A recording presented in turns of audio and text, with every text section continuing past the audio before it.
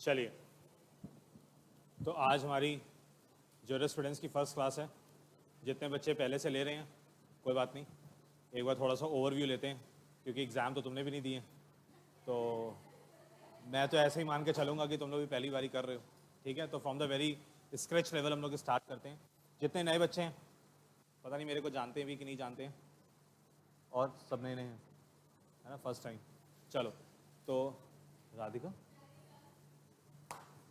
तो देखो हम लोग जो ऑनलाइन पढ़ रहे होते हैं उनको भी याद रखते हैं, ऐसी बात नहीं है, पहचान जाते हैं। व्हाट्सएप पे स्टेटस देखते रहते हैं हम, अगर नंबर सेव हो जाता है तो। चलो, तो जितने नए बच्चे हैं मेरे को जानते हैं, मेरे ख्याल से शायद कल तो तुम लोग बैठे हुए थे। तो this is CSGD Saluja, Gagandeep Saluja. Gagandeep ना बोलिएगा, GD ही बोलिएगा, ज़्यादा बेटर है। मेरे को पर्सनली ज़्यादा अच्छा लगता है। मम्मी पापा ने गगन नाम रख दिया, वो अलग बात है। अब हम उनकी भी नहीं टाल सकते और अपनी भी मना सकते हैं, ठीक है। तो आज हम लोग जूरिस्प्रूडेंस का सब्जेक्ट स्टार्ट करेंगे, GIGL। पहले मैं थोड़ा सा ब्रीफ ओवरव्यू दूंगा कि इस पर्टिकुलर सब्जेक्ट में कौन कौन से चैप्टर्स हैं, किस तरीके से हमको एग्जाम में प्रिपेयर करना है, किस तरीके से एग्जामिनेशन क्वेश्चन पेपर आता है, और फिर उसी के अकॉर्डिंग हम देखेंगे कि किस तरीके से हम लोग को आगे अपनी प्रिपरेशन स्टार्ट करनी है, ठीक है। सर, सब्जेक्ट आपका सबसे पहला है, और सबसे अच्छी बात यह है इस पर्टिकुलर सब्जेक्ट की कि आपका एग्जाम जब होएगा तो सबसे पहला आपको यही पेपर देना होगा। और अगर ये पेपर बेकार हुआ तो समझ लो पूरा ग्रुप बेकार हो गया, क्योंकि फ्लो में जो चीज़ हो जाती है वो हो जाती है। अगर पहला पेपर गड़बड़ हो जाता है तो कहीं ना कहीं उसी का खुमार हमारे दिमाग में रह जाता है, और उसके चक्कर में हम बाकी सब्जेक्ट भी गड़बड़ कर चले जाते हैं। तो सर, GIGL एक ऐसा सब्जेक्ट है जिसमें आपके पास टोटल 17 चैप्टर्स हैं। कितने चैप्टर हैं? 17। और अगर हम इस पर्टिकुलर सब्जेक्ट का फुल फॉर्म देखें तो सर इसमें ना हमारे पास कुछ ऐसे लॉज हैं जो जनरल लॉज हैं। जनरल लॉज का मतलब, जैसे आप एक सब्जेक्ट पढ़ेंगे कंपनी लॉ, तो उसमें सिर्फ कंपनी लॉ के बारे में ही बताया गया। सिर्फ कंपनीज एक्ट एक ऐसा लॉ है जो पूरे 100 मार्क्स पे डिस्कस किया गया। बट यहां पर ऐसा नहीं है। यहां ऑल टुगेदर 17 के 17 चैप्टर्स अपने आप में अलग चैप्टर हैं, जिनका आपस में एक दूसरे से लिंकेज तो है, लेकिन अपने आप में क्योंकि अलग लॉ हैं, जिनकी वजह से हम उनको पढ़ेंगे अलग अलग, बट जहां जहां बीच में लिंक करने का मौका लगेगा तो वहां लिंक जरूर करवा देंगे। सर, यहां पर सब्जेक्ट का नाम है jurisprudence, interpretation and general laws. Sir, अगर हम बोलें कि ये वर्ड्स हैं क्या क्या, तो हम ऐसे बोलते हैं कि सर जो ये ज्यूरिस्प्रूडेंस वर्ड है ना, ये वर्ड एक ऐसा वर्ड है जो आप अगर कभी LLB करने जाओगे तो 200 मार्क्स का पेपर है सिर्फ ज्यूरिस्प्रूडेंस का, लेकिन हमारे एग्जाम में इसकी वेटेज है सिर्फ 5 मार्क्स की। सिर्फ एक क्वेश्चन एग्जाम में आएगा relating to the topic of jurisprudence. Jurisprudence का मतलब ये होता है, it's like study of law, कि हम लोग जो लॉ पढ़ रहे हैं उसको किस तरीके से फ्रेम किया गया, किस तरीके से उस लॉ को बनाया गया। यहाँ तक जो 21st सेंचुरी में हम लॉ पढ़ रहे हैं, पुराने जितने भी हम ऐसे बोलते हैं फिलोसोफर्स थे, स्कॉलर्स थे, जिन्होंने लॉ को समझा, जिन्होंने लॉ को बनाया, उस स्टडी को हमने नाम क्या दे दिया? ज्यूरिस्प्रूडेंस। फिर सेकेंड वर्ड आता है इंटरप्रिटेशन। इंटरप्रिटेशन का मतलब है कि लॉ की लिखी हुई लैंग्वेज लीगल लैंग्वेज है, ये कोई लेमैन लैंग्वेज नहीं है। लॉ में जो कुछ भी लिखा है, लॉ मेकर ने बहुत सोच समझ कर उसको फ्रेम किया है, और लॉ की लैंग्वेज लिखने के पीछे लॉ मेकर का एक इंटेंशन होता है, और उस इंटेंशन को समझना इट्स कॉल्ड एज इंटरप्रिटेशन। हम ये जानना चाहते हैं कि एक लॉ मेकर ने अगर एक पर्टिकुलर लाइन लिखी, अगर कोई वर्ड लिखा, अगर कहीं पंक्चुएशन मार्क्स इनकॉर्पोरेट किए, कहीं प्रोवाइडेड दैट लिखा, कहीं कोई भी वर्ड यूज किया, तो उसका कोई ना कोई पर्पस रहा होगा जिसकी वजह से उसने उस वर्ड को यूज किया होगा। इंटरप्रिटेशन वर्ड हमको ये बताता है कि किस तरीके से लॉ मेकर की लिखी हुई लैंग्वेज को हमको एनालाइज करना है, हमको समझना है कि उसने किस इंटेंशन से उस लैंग्वेज को यूज किया होगा। Then comes the last word, that is general laws. और जनरल लॉज में कुछ ऐसे लॉ आते हैं जो सोसाइटी में सर्वाइव करने के लिए बहुत जरूरी होते हैं। अब being a citizen, being a individual citizen, हमारे पास बहुत सारे फंडामेंटल राइट्स हैं, हमारे पास बहुत सारे लीगल राइट्स हैं। फंडामेंटल राइट वो राइट है जो हम कॉन्स्टिट्यूशन में पढ़ते थे, कभी 9th-10th में सोशल स्टडीज का सब्जेक्ट पढ़ते थे तो उसमें फंडामेंटल राइट्स, फंडामेंटल ड्यूटीज पढ़ते थे। तो जो राइट्स कॉन्स्टिट्यूशन ऑफ इंडिया में हमको दिए गए हैं वो है फंडामेंटल राइट्स। लेकिन कॉन्स्टिट्यूशन के अलावा भी हमारे इंडिया में नाना करते भी 3,500 से ज्यादा लॉ हैं जो पार्लियामेंट ने पास किए हुए हैं। कितने से ज्यादा? मोर देन 3,500 प्रेजेंट टाइम पे ऑपरेटिव लॉज हैं। तो कॉन्स्टिट्यूशन तो इन सबका फादर है, लेकिन उसके अंडर बहुत सारे उसके बच्चे हैं, और बच्चे कितने हैं? Like almost more than 3,500। अब वो जितने भी ये लॉज है ना जो बाकी बनाए गए हैं, उनमें भी हम लोग को कुछ ना कुछ राइट्स मिले हैं। वो जो राइट्स है ना, वो फंडामेंटल राइट्स नहीं है, वो है लीगल राइट्स। वो कैसे राइट्स हैं? Legal rights. तो एक तरफ है फंडामेंटल राइट्स और एक तरफ है लीगल राइट। जो ये लीगल राइट्स है ना, ये हमको जनरल लॉज के तौर पे बता के दिए गए, लाइक जैसे civil procedure code, criminal procedure code, Indian penal code, कि किसको क्राइम बोला गया है, किसको सिविल रॉन्ग बोला गया है, कौन हमारे साथ कोई एक्टिविटी करे तो हम कोर्ट चले जाएं। हम ऐसे बोलते हैं ना कि अगर किसी ने मेरे साथ कुछ गलत किया तो हम उसकी रेमेडी लेने के लिए कहां चले जाते हैं? कोर्ट। तो कोर्ट जाने का भी एक तरीका है। कौन कौन सी गलतियों की हमको रेमेडी मिल सकती है, वो सारी बातें कहां लिखी होंगी? जनरल लॉज में लिखी होंगी। और बीइंग अ सिटीजन हमको ये पर्टिकुलर, या हम ऐसे बोले बीइंग अ सीएस स्टूडेंट, हमको ये क्यों पढ़ाया जा रहा है? क्योंकि सर कंपनी लॉ जो है, जो कॉर्पोरेट लॉज है, बट ऑब्वियसली बात है हमारे लिए इंपॉर्टेंट है, लेकिन कॉर्पोरेट लॉ के कंपैरिजन में अगर हमको बेसिक लॉ ही नहीं पता होगा तो शायद हम उस कॉर्पोरेट लॉ को सही तरीके से इनकॉर्पोरेट नहीं कर पाएंगे, अप्लाई नहीं कर पाएंगे, जिस रीजन की वजह से हमको ये पूरा सब्जेक्ट प्रिपेयर करवा के दिया जाता है। और ये हमको एक तरीके से, हम ऐसे भी बोलते हैं, जो कॉर्पोरेट लॉ होती है ना, जो कंपनी लॉ होती है, वो होती है स्पेशल लॉ। वो एक स्पेशल पर्सन के लिए बनाई गई है, विच इज अ कंपनी। लेकिन जो जनरल लॉज है ना, वो कोई स्पेशल लॉ नहीं है, ये एक ऐसा लॉ है जो 140 करोड़ की पॉपुलेशन के ऊपर क्या हो जाता है? एप्लीकेबल हो जाता है। कंपनी तो कितनी है? हार्डली हम बोलेंगे इंडिया में 19 लाख कंपनी है, लेकिन अगर हम इंडिविजुअल की बात करेंगे तो 140 करोड़ है। तो उस इंडिविजुअल पर अप्लाई होने वाला लॉ कौन सा है? General law. लेकिन कंपनी के ऊपर अप्लाई होने वाला है कंपनी लॉ। तो वो एक स्पेसिफिक लॉ है। अच्छा, जो इंटरप्रिटेशन के रूल्स हम यहां पढ़ेंगे वो हर लॉ के ऊपर एप्लीकेबल होंगे, क्योंकि यहां पर हर चीज हम जो पढ़ेंगे वो जनरल टर्म्स में पढ़ेंगे, स्पेसिफिक टर्म्स में नहीं पढ़ेंगे। हम पूरी कोशिश करेंगे कि यहां पे वो वाले टर्म्स को पहले डिस्कस किया जाए जो बाकी सारे लॉज के ऊपर एप्लीकेबल हो जाएंगे। जो इंटरप्रिटेशन की टेक्निक्स हम यहां पे समझेंगे, वो इंटरप्रिटेशन की टेक्निक आपको किसी भी लॉ में हेल्प करेगी उस लॉ को इंटरप्रेट करने में। तो ये एक तरीके से ओवरव्यू है हमारे सब्जेक्ट का। अब जो ये 17 चैप्टर हैं, इन चैप्टर्स में से भी कहीं ना कहीं कुछ कुछ चीजें ऐसी हैं जो थोड़ी सी सिस्टमैटिकली अगर हम पढ़ेंगे तो हमारे एग्जामिनेशन पॉइंट ऑफ व्यू से थोड़ा सा रिलेवेंट हो जाएगा। जैसे एग्जाम में केस स्टडी आने के चांसेस बहुत कम होते हैं, बहुत कम। इस पर्टिकुलर सब्जेक्ट में केस स्टडी आने के चांसेस क्या होते हैं? बहुत कम। स्ट्रेट फॉरवर्ड क्वेश्चंस आएंगे, लेकिन वो स्ट्रेट फॉरवर्ड क्वेश्चंस ऐसे होंगे कि अगर आता होगा तो लिख लोगे, नहीं आता होगा तो उसमें कुछ भी नहीं लिख पाओगे। मतलब एक होता है ना कि हमको क्वेश्चन अटेम्प्ट करके आना है तो वो कुछ ना कुछ तो देना है, लेकिन अगर क्वेश्चन नहीं आता होगा इस सब्जेक्ट में तो तुम्हारे पास लिखने के लिए कुछ भी नहीं होगा, बिल्कुल ब्लैंक हो चुके होगे और वो क्वेश्चन को छोड़कर ही आना पड़ेगा और तुम्हारे पास कोई रास्ता नहीं होगा। लेकिन सर सब्जेक्ट कुछ इस तरीके से बनाया गया है आईसीएसआई के थ्रू कि जो क्वेश्चंस हैं आप ऐसे मान के चलिए, हमसे कोई भी ये पहली क्लास में मैं बता दूं, ये ना बोलना कि सर कौन सा चैप्टर ज्यादा इंपॉर्टेंट है और कौन सा चैप्टर कम इंपॉर्टेंट है। रीजन मैं तुमको बताता हूं। हर चैप्टर से एग्जाम में 2 क्वेश्चन आएंगे, लगभग मान के चलो। हर चैप्टर से कितने क्वेश्चन आएंगे? 2। 17 चैप्टर हैं, टोटल क्वेश्चन होंगे 30। आपको एग्जाम में क्या हो गया? अच्छा, वो एक साथ स्टार्ट हुई तो चलो कोई बात नहीं, मैं रिकॉर्ड कर लेता हूं। नहीं हो रही है तो मैं रिकॉर्ड कर लूं यहां से।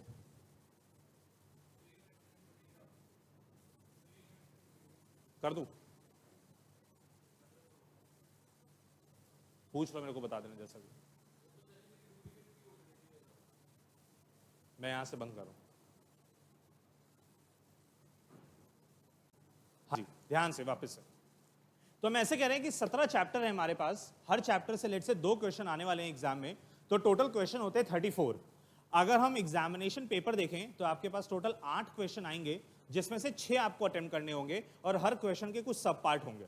तो ऑलमोस्ट आपको एग्जाम में 24 क्वेश्चंस अटेम्प्ट करने होंगे। कितने अटेम्प्ट करने होंगे? 24। तो out of 34 you have to attempt 24। तो हर चैप्टर से 2-2 क्वेश्चन तो आ ही जाएंगे। कोई एक आधा चैप्टर ऐसा हो सकता है जिससे 3 क्वेश्चन आ जाए, या कोई एक आधा चैप्टर ऐसा हो सकता है जिससे कोई एक क्वेश्चन आए, but majority of the chapter से आपके सामने 2 क्वेश्चन पूछे जाएंगे। अब अगर सर हम इन चैप्टर्स की वेटेज देखें तो वेटेज कुछ है ही नहीं, क्योंकि हम ऐसे मान के चलेंगे कि हर चैप्टर से 2 क्वेश्चन आने वाले हैं, तो कोई भी चैप्टर इंपॉर्टेंट है और कोई भी चैप्टर इंपॉर्टेंट नहीं है, ये बात हम लोग अब डिस्कस नहीं करेंगे। ठीक। फिर दूसरी चीज, हाँ, बट हम ये कह सकते हैं कि कुछ चैप्टर्स कंपैरेटिवली इजी हैं लैंग्वेज के टर्म्स में। वैसे 17 के 17 चैप्टर जब तुम पढ़ोगे तो उसमें से हार्डली कोई एक दो चैप्टर ही ऐसे होंगे जिसकी लैंग्वेज पढ़ने के बाद तुम खुश खुश दिखोगे, खिले खिले दिखोगे, क्योंकि तुमको लगेगा ये तो बहुत सिंपल सिंपल सी लैंग्वेज लिखी हुई है, क्योंकि वो रीसेंट के लॉ होंगे। लेकिन 17 में से 15 चैप्टर ऐसे होंगे जो पुराने लॉ हैं, जो कॉन्स्टिट्यूशन से पहले के बनाए हुए हैं, और उसकी अंग्रेजी ऐसी अंग्रेजी होगी जिसको पढ़ के तुमको लगेगा कि हमसे अंग्रेजी पढ़ी तो जा रही है, लेकिन उसको पढ़ने के बाद जब मीनिंग पूछूंगा तो तुमको लगेगा कि हमने अंग्रेजी गलत पढ़ी हुई है, क्योंकि हमको तो समझ ही नहीं आ रही है। क्योंकि लैंग्वेज के वर्ड्स, जो वर्ड्स लिखे होंगे ना, वो टेक्निकल होंगे और वो पुरानी इंग्लिश होगी जो आज प्रेजेंट टाइम पे हम लेमैन में नहीं सुनते, जिसकी वजह से सब्जेक्ट थोड़ा सा टेक्निकल बन जाता है। ऑल्दो आप जितनी चीजें इस पर्टिकुलर सब्जेक्ट में सुनोगे वो आपको ऐसा लगेगा कि कहीं ना कहीं ये प्रैक्टिकल लाइफ में हमने देखा है, सुना है, मूवीज वगैरह में देखा है, वेब सीरीज में देखा है, न्यूज चैनल्स पे देखा है, या हम ऐसे बोल देंगे कि क्राइम पेट्रोल में देखा है। क्राइम पेट्रोल एक ऐसा शो होने वाला है जिसको हम हर क्लास में याद करेंगे, वो ध्यान रखिएगा। क्राइम पेट्रोल आपके जीवन का वो पार्ट बनने वाला है जिसके बिना तुम्हारा JIGL अधूरा है। सावधान इंडिया ना देखना, उसके एग्जाम्पल नहीं दूंगा, क्राइम पेट्रोल के जरूर दे दूंगा, ठीक है? तो है हाँ, क्लिप्स, इस बार मैं तुम लोगों को क्लिप्स जरूर दिखाऊंगा बीच बीच में कि एक्चुअल में वेब सीरीज में क्या दिखाया जा रहा है और एक्चुअल में लॉ में क्या लिखा हुआ है। और ऐसा नहीं है कि हर जगह गलत ही बताया जाता है, बहुत सारी वेब सीरीज प्रेजेंट टाइम पे ऐसी आ रही हैं जिनमें जो चीज बताई जा रही है एक्चुअल में लॉ में वैसा ही लिखा है। तो वो चीजें हम लोग रिलेट करेंगे तो आपको ज्यादा बेटर तरीके से समझ में आएगा कि हाँ, जो हमने सुना है, देखा है, वही एक्चुअल में लिखा भी हुआ है। कौन कौन से लॉ सर हमारे लिए यहाँ पे बहुत इंपॉर्टेंट लॉ होने वाले हैं, उनमें से कुछ लॉ ऐसे हैं जिनका नाम है, जैसे एक तो हमारे सामने सबसे बड़ा लॉ आने वाला है जिसका नाम क्या है, कॉन्स्टिट्यूशन ऑफ इंडिया। अच्छा, एक चीज और ध्यान रखिएगा, एग्जाम में मैक्सिमम जो क्वेश्चन आएगा वो आएगा 6 मार्क्स का, मैक्स टू मैक्स। सिर्फ 2 ही क्वेश्चन ऐसे होंगे पूरे पेपर में जो 8 मार्क्स के होंगे, सिर्फ 2 क्वेश्चन 8-8 मार्क्स के, बाकी सारे के सारे क्वेश्चन या तो 5 मार्क्स के या 6 मार्क्स के, उससे ज्यादा के नहीं आने वाले। अब अगर मान लो कि कोई पर्टिकुलर टॉपिक हम पढ़ते हैं और वो टॉपिक में लेट से 10 से 12 पॉइंट दिए हैं, 15 से 20 पॉइंट दिए हैं, और आप हमसे फिर से पूछते हो कि सर क्या सारे पॉइंट याद करने हैं, तो हम ऐसे बोलेंगे कि मैक्सिमम जो आपको आंसर प्रिपेयर करना है वो 6 मार्क्स के अकॉर्डिंग प्रिपेयर करना है, उससे ज्यादा का आपको प्रिपेयर करने की जरूरत नहीं। तो जबरदस्ती 2-2 पन्ने लिखकर आने की जरूरत नहीं है, 3-3 पन्ने लिखकर आने की कोई जरूरत नहीं है। ICSI साफ कहता है, 2 चीजें ICSI बिल्कुल क्लियर कट टर्म्स में कहता है, रटी रटाई लैंग्वेज लिखोगे तो मार्क्स नहीं मिलेंगे, नहीं मिलेंगे। रटी रटाई लैंग्वेज में मार्क्स नहीं मिलेंगे। अपनी लैंग्वेज लिखो, लेकिन जो वर्ड्स यूज करोगे वो वर्ड्स थोड़े से टेक्निकल होने चाहिए, वो लेमैन लैंग्वेज के चक्कर में बह ना जाना, और ऐसा ना हो कि बिल्कुल गाथा लिखकर आ जाओ, वो बीकॉम वाले पेपर, ग्रेजुएशन वाले पेपर 4-4 पन्ने भरकर आ रहे हैं, मार्क्स नहीं मिलने वाले। छोटा आंसर देना है, टू द पॉइंट आंसर देना है, लैंग्वेज अच्छी होनी चाहिए, स्टेटमेंट आपके खुद के होने चाहिए, सिर्फ टर्म्स जो ऐसे होंगे जो लॉ के होंगे वो आपको यूज करने होंगे। और हम लोग जब क्लास करेंगे तो उन टर्म्स पे ही फोकस करिएगा, क्योंकि वही आपको याद करने हैं, स्टेटमेंट आपको याद नहीं करने हैं। आपको बुक्स 2 मिलेंगी, इस बार मैंने बुक्स चेंज कर दी हैं, तो जिनके जिनके पास पुरानी बुक्स हैं वो सब नई नई बुक्स लीजिएगा। बुक्स 2 मिलेंगी आपको, एक होगी टेक्स्ट बुक जिसमें पूरे के पूरे 17 चैप्टर डिटेल में दिए होंगे, एक बुक आपको मिलेगी प्लानर की जिसमें सारे क्वेश्चन आंसर्स मैंने फिर से रिवाइज कर दिए हैं, पिछली बार के कंपैरिजन में और क्वेश्चंस ऐड कर दिए हैं। पिछले 2 अटेम्प्ट से हम लोग प्लानर डिस्ट्रीब्यूट कर रहे हैं, और पिछले दोनों ही अटेम्प्ट से प्लानर में दिए हुए क्वेश्चंस में से नाना करते भी 90 मार्क्स के क्वेश्चन आपके एग्जाम में आते हैं। तो अगर आपने चैप्टर अच्छे से किए हुए हैं और उस प्लानर के क्वेश्चंस को आप एट दी एंड सॉल्व कर लेते हो, तो नाना करते भी 90 मार्क्स के क्वेश्चन आपको प्लानर में दिख जाएंगे। 2, 3, 4 क्वेश्चन ऐसे हो सकते हैं जो एग्जाम में पूछे जाएं, बट शायद आपके प्लानर में ना दिए हों, क्योंकि अगर हम इतना ही ज्यादा जज कर पाएं कि कौन कौन से एग्जाम में क्वेश्चन आने वाले हैं, तो ICSI हम पे शक करने लग जाएगा, वो बोलेगा भाई साहब इसको कहां से पता लग रहा है कि क्वेश्चन सेम आ रहे हैं। तो इस वजह से 2-4 क्वेश्चन का मार्जिन तो हम लेकर चलेंगे कि कुछ भी हो सकता है, ICSI कोई नया क्वेश्चन पुटअप कर सकता है, क्योंकि ICSI को भी अपना स्टैंडर्ड सेट करना है। तो उस सिचुएशन में 90 मार्क्स तक की तो मैं गारंटी ले लूंगा कि प्लानर पढ़ के जाना, 90 मार्क्स के क्वेश्चन उसमें से आ जाएंगे, लेकिन पूरे 100 मार्क्स की गारंटी में नहीं लूंगा, क्योंकि इस प्लेटफॉर्म पे 100 मार्क्स की गारंटी लेना आसान भी नहीं है, क्योंकि कभी भी कुछ भी क्वेश्चन पुटअप हो सकता है जिसके बारे में शायद हम लोग अवेयर ना हो। लेकिन चैप्टर सारे इंपॉर्टेंट है, इस चीज की बात जरूर ध्यान रखना, कोई भी चैप्टर को ऐसे लेके ना चलना कि इसको तुम छोड़ के जाएंगे तो एग्जाम में आएगा ही नहीं। आएगा, वेटेज हम लोग वैसे डिस्कस कर चुके हैं कि हर चैप्टर से 2-2 क्वेश्चन की तो रहने वाली। 2 चैप्टर आपकी बुक में ऐसे हैं, 2 चैप्टर, जो पिछली क्लास में भी मैंने बोला था, स्टैंप एक्ट और एक एविडेंस एक्ट, दो एक्ट सर ऐसे हैं, एक का नाम क्या है stamp act, Indian stamp act, और एक का नाम क्या है सर एविडेंस एक्ट। ये दो लॉ ऐसे हैं सर जो थोड़े से लेंदी हैं, जो थोड़े से बड़े हैं, जिनकी लैंग्वेज मोस्ट टिपिकल लैंग्वेज है in comparison to other 15 chapters. ये दो चैप्टर्स के लिए मैं फिर भी तुमसे कहूंगा कि थोड़ा लीनियंसी लेके चलना, पूरे चैप्टर रटने की कोई जरूरत नहीं है। अगर थोड़े 2-4 पॉइंट 2-4 पैराग्राफ छूट भी जाते हैं तो कोई बात नहीं, छोड़ देना। रीजन बीइंग, जितनी देर में तुम ये 2 चैप्टर प्रिपेयर करोगे उतनी देर में तुम रिमेनिंग 8 चैप्टर प्रिपेयर कर ले जाओगे। तो एग्जामिनेशन टाइम पे ये मेरी रिकमेंडेशन रहती है कि बाकी चैप्टर्स पे फोकस पहले करिएगा, इन 2 चैप्टर्स को अगर आखिरी टाइम पे अपनी नजरों से भी निकालोगे तो काम चलेगा। क्योंकि इस बार एग्जाम में भी इन 2 चैप्टर से एक ही एक क्वेश्चन आया था बस, और कहानी खत्म हो गई थी, वो भी ऑप्शनल में था। तो सिचुएशन में अगर आपको लगता होगा, लास्ट टाइम मेरी बात जिन बच्चों ने मानी उन्होंने ये 2 चैप्टर थोड़े कम पढ़े और एग्जाम में आंसर भी नहीं अटेम्प्ट किया, बाकी 100 मार्क्स का पेपर अटेम्प्ट कर लिया। तो थोड़ी सी ये 2 चैप्टर्स के साथ लीनियंसी हम फिर एक बार को ले लेंगे, लेकिन बाकी चैप्टर्स के साथ लीनियंसी हम अफोर्ड नहीं कर पाएंगे, क्योंकि बाकी चैप्टर्स में अगर हर चैप्टर में लीनियंसी लेके चलेंगे तो एग्जाम में क्वेश्चन अटेम्प्ट नहीं होने वाले। कॉन्स्टिट्यूशन के अलावा हमारे पास सर एक चैप्टर है civil procedure code, CPC, civil procedure code. कुछ चैप्टर ऐसे हैं सर जो हम एक साथ ही पढ़ेंगे तो ही ज्यादा बेटर होंगे। ये 4 चैप्टर को हम कोशिश करेंगे इस अटेम्प्ट में कि एक साथ ही डिस्कस करें। एक साथ का मतलब है कि इसी सीरीज में इसको लेकर चलेंगे, ये 4 चैप्टर एक साथ कंप्लीट करेंगे, जिससे कि एक दूसरे से रिलेटेड सारे टॉपिक एक साथ ही कवर हो जाए। इसके अलावा हमारे पास 3 चैप्टर आएंगे सर, एक होगा क्रिमिनल प्रोसीजर कोड, एक होगा हमारे पास आईपीसी इंडियन पीनल कोड, और एक होगा हमारे पास एविडेंस एक्ट। ये 3 चैप्टर्स को भी हम एक साथ लेके चलेंगे।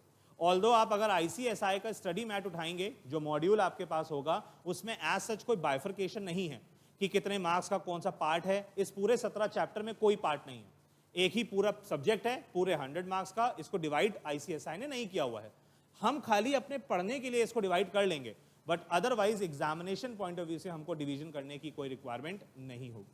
अगर मैं बोलूं कि कौन से चैप्टर्स ऐसे होंगे जो बहुत सिंपल होने वाले हैं, जो बहुत सिंपल होने वाले हैं, तो सर 2-3 चैप्टर्स ऐसे हैं जिनकी लैंग्वेज बहुत टिपिकल नहीं है। जैसे कि एक लॉ हम पढ़ेंगे आज जिसका नाम है RTI act, right to information.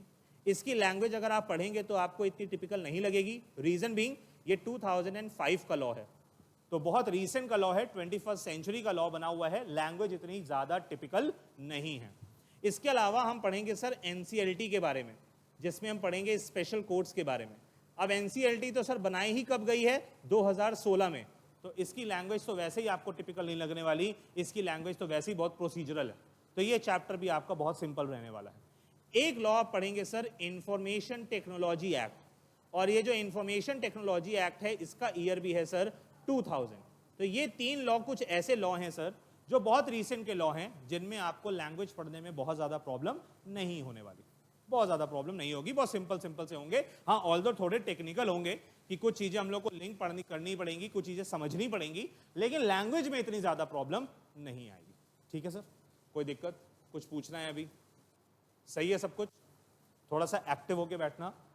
अगर तुम लोग ने अपनी पीठ नीचे की, ऐसे हुए, चेयर पे ऐसे फैल गए, कोशिश करिए ऐसा ना करिएगा। डेस्क आपको इस बार मिली हैं, पिछली बार बच्चों को डेस्क नहीं मिली थी।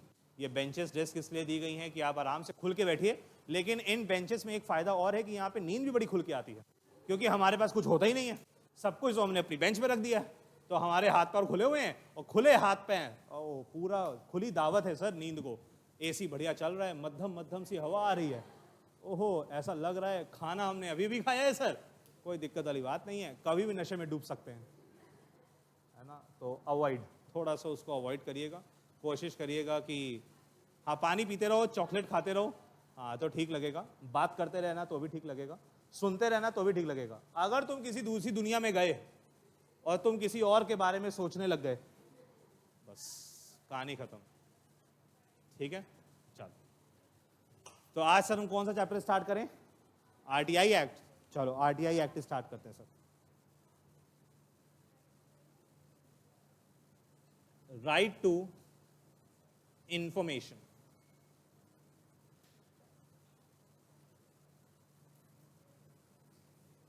जिन्होंने पहले से पढ़ रखा है, जरा चीजों को रिकॉल करने की कोशिश करना कि याद आ रही है कि नहीं आ रही। अगर धुंधली धुंधली याद आ रही है, इसका मतलब तुमको याद नहीं है। अगर 110% तुमको याद आ रहा है कि हाँ यही पढ़ा था, तो तुमको चैप्टर आता है। अगर तुमको लग रहा है कि नहीं हमको आता है और हम चीजें बहुत ज्यादा रिकॉल भी नहीं कर पा रहे, तो देयर इज अ नीड कि आप एक बार चैप्टर को वापस से अच्छे से पढ़ लो। ठीक है, तो धुंधली धुंधली यादों को फ्रेश करिए, कोशिश करिए ज्यादा से ज्यादा चीजें याद आ जाएं। अगर नहीं आए तो कोई बात नहीं, पढ़ तो रही है वैसे भी। सर आरटीआई एक्ट, वैसे तो सर हमारे पास कॉन्स्टिट्यूशन में एक राइट होता है जिसके बारे में हम लोगों ने पढ़ा था कभी, कि freedom of speech and freedom of expression. Freedom of speech का मतलब है कि हम जहां खड़े होने के बोलना चाहें वहां खड़े होकर बोल सकते हैं, एक पब्लिक गैदरिंग को कन्वे कर सकते हैं, जुलूस निकाल सकते हैं, एक पब्लिक गैदरिंग कन्वे कर सकते हैं, एक मीटिंग बुला सकते हैं, उस मीटिंग में लोगों को अपने विचार प्रकट कर सकते हैं, जो मेरी मन की भावनाएं हैं, जो इमोशंस हैं, वो हम उनको समझा सकते हैं, सुना सकते हैं। सुनने वाला होना चाहिए, उसमें कोई दिक्कत नहीं है। अगर हम ऐसे बोलें कि प्राइम मिनिस्टर मोदी हमारे यूपी में योगी आदित्यनाथ मीटिंग करते हैं, कैंपेनिंग करते हैं, रैली करते हैं इलेक्शन से पहले, हजारों लोगों की भीड़ इकट्ठा हो जाती है। सर वो हजारों लोगों की भीड़ सिर्फ एक आदमी को सुनने के लिए जा रही है, उसके विचार सुनने के लिए जा रही है। और ऐसा नहीं बोला गया कि खाली प्राइम मिनिस्टर मोदी ही रैली निकाल सकते हैं। अरे भाई कोई भी नेता निकाल सकता है, कोई भी इंडिविजुअल निकाल सकता है। इंडिविजुअल ऐसा होना चाहिए जिसके अंदर इतनी हिम्मत हो, इतनी ताकत हो कि वो पब्लिक को गैदर कर पाए। लेकिन हर किसी के पास ये राइट है, फंडामेंटल राइट।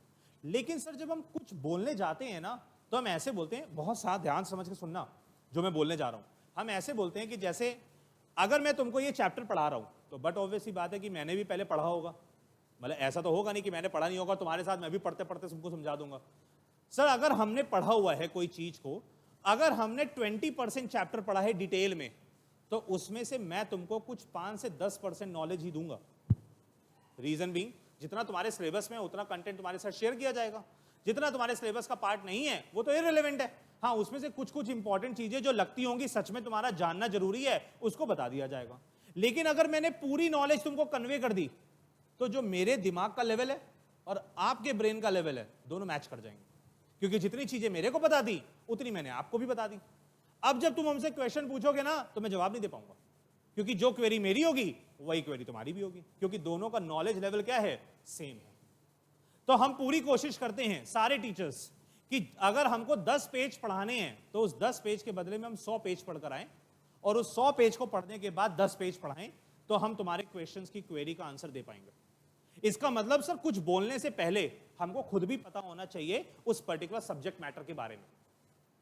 सर अगर हम कुछ बोलना चाहते हैं, तो क्या उस पर्टिकुलर टॉपिक पे पहले हमारे पास इंफॉर्मेशन भी होना जरूरी है? सर वो इंफॉर्मेशन आएगी कहां से? कहते हैं उसी के लिए एक राइट डाला गया, क्या? Right to information. अगर हमको किसी सब्जेक्ट मैटर के बारे में सर पता ही नहीं है, तो फिर हमारी फ्रीडम ऑफ स्पीच का कोई फायदा नहीं। फ्रीडम ऑफ स्पीच तो तभी काम आएगी जब हम कुछ बोलने जा रहे हो, और बोलने से पहले उस बोलने वाले टॉपिक पर हमारे पास क्या हो, कुछ इंफॉर्मेशन हो।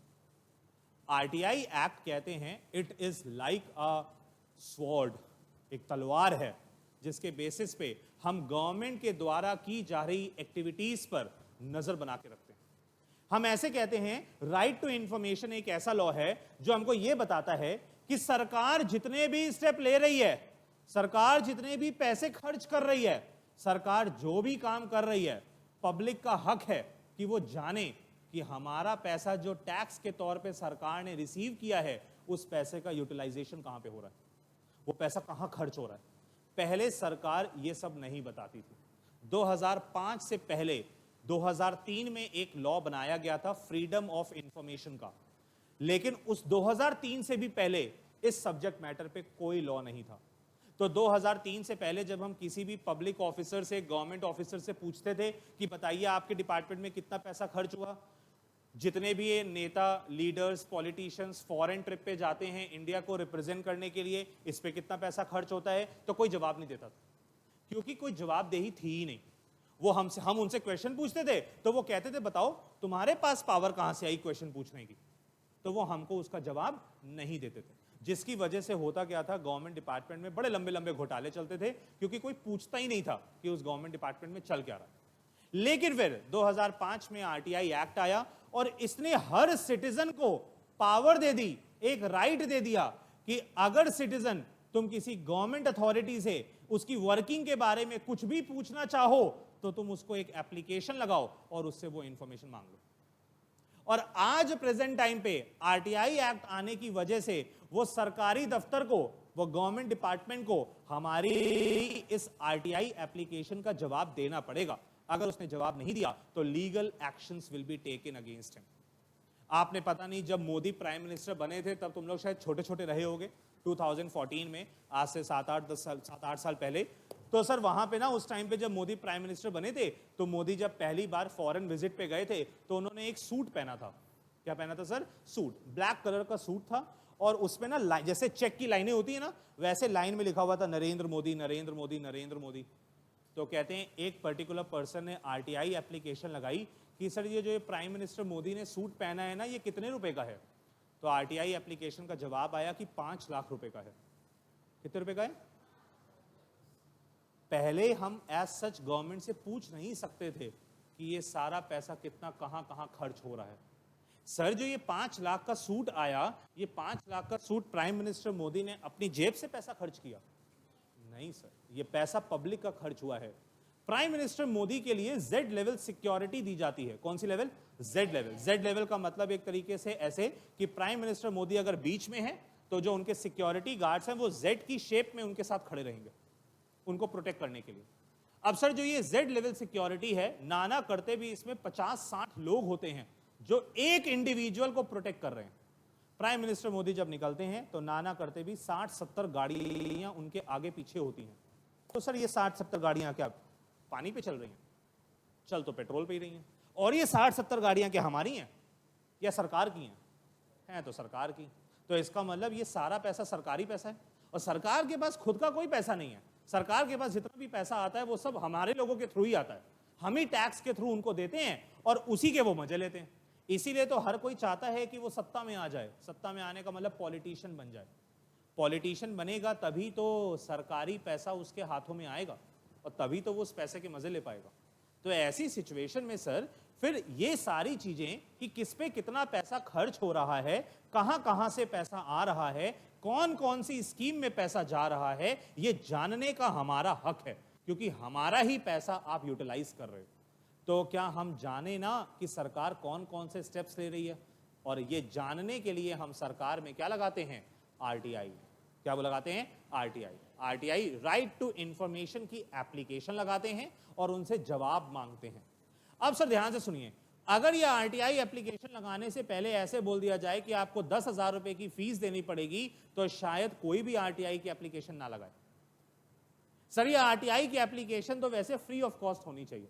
तो कहते हैं सर आरटीआई एक्ट में एक मिनिमम अमाउंट डाल दिया गया 10 रुपए का कि 10 रुपए खर्च करिए, आरटीआई की एप्लीकेशन लगाइए, आप जो भी जवाब मांगेंगे आपको जवाब मिलेगा।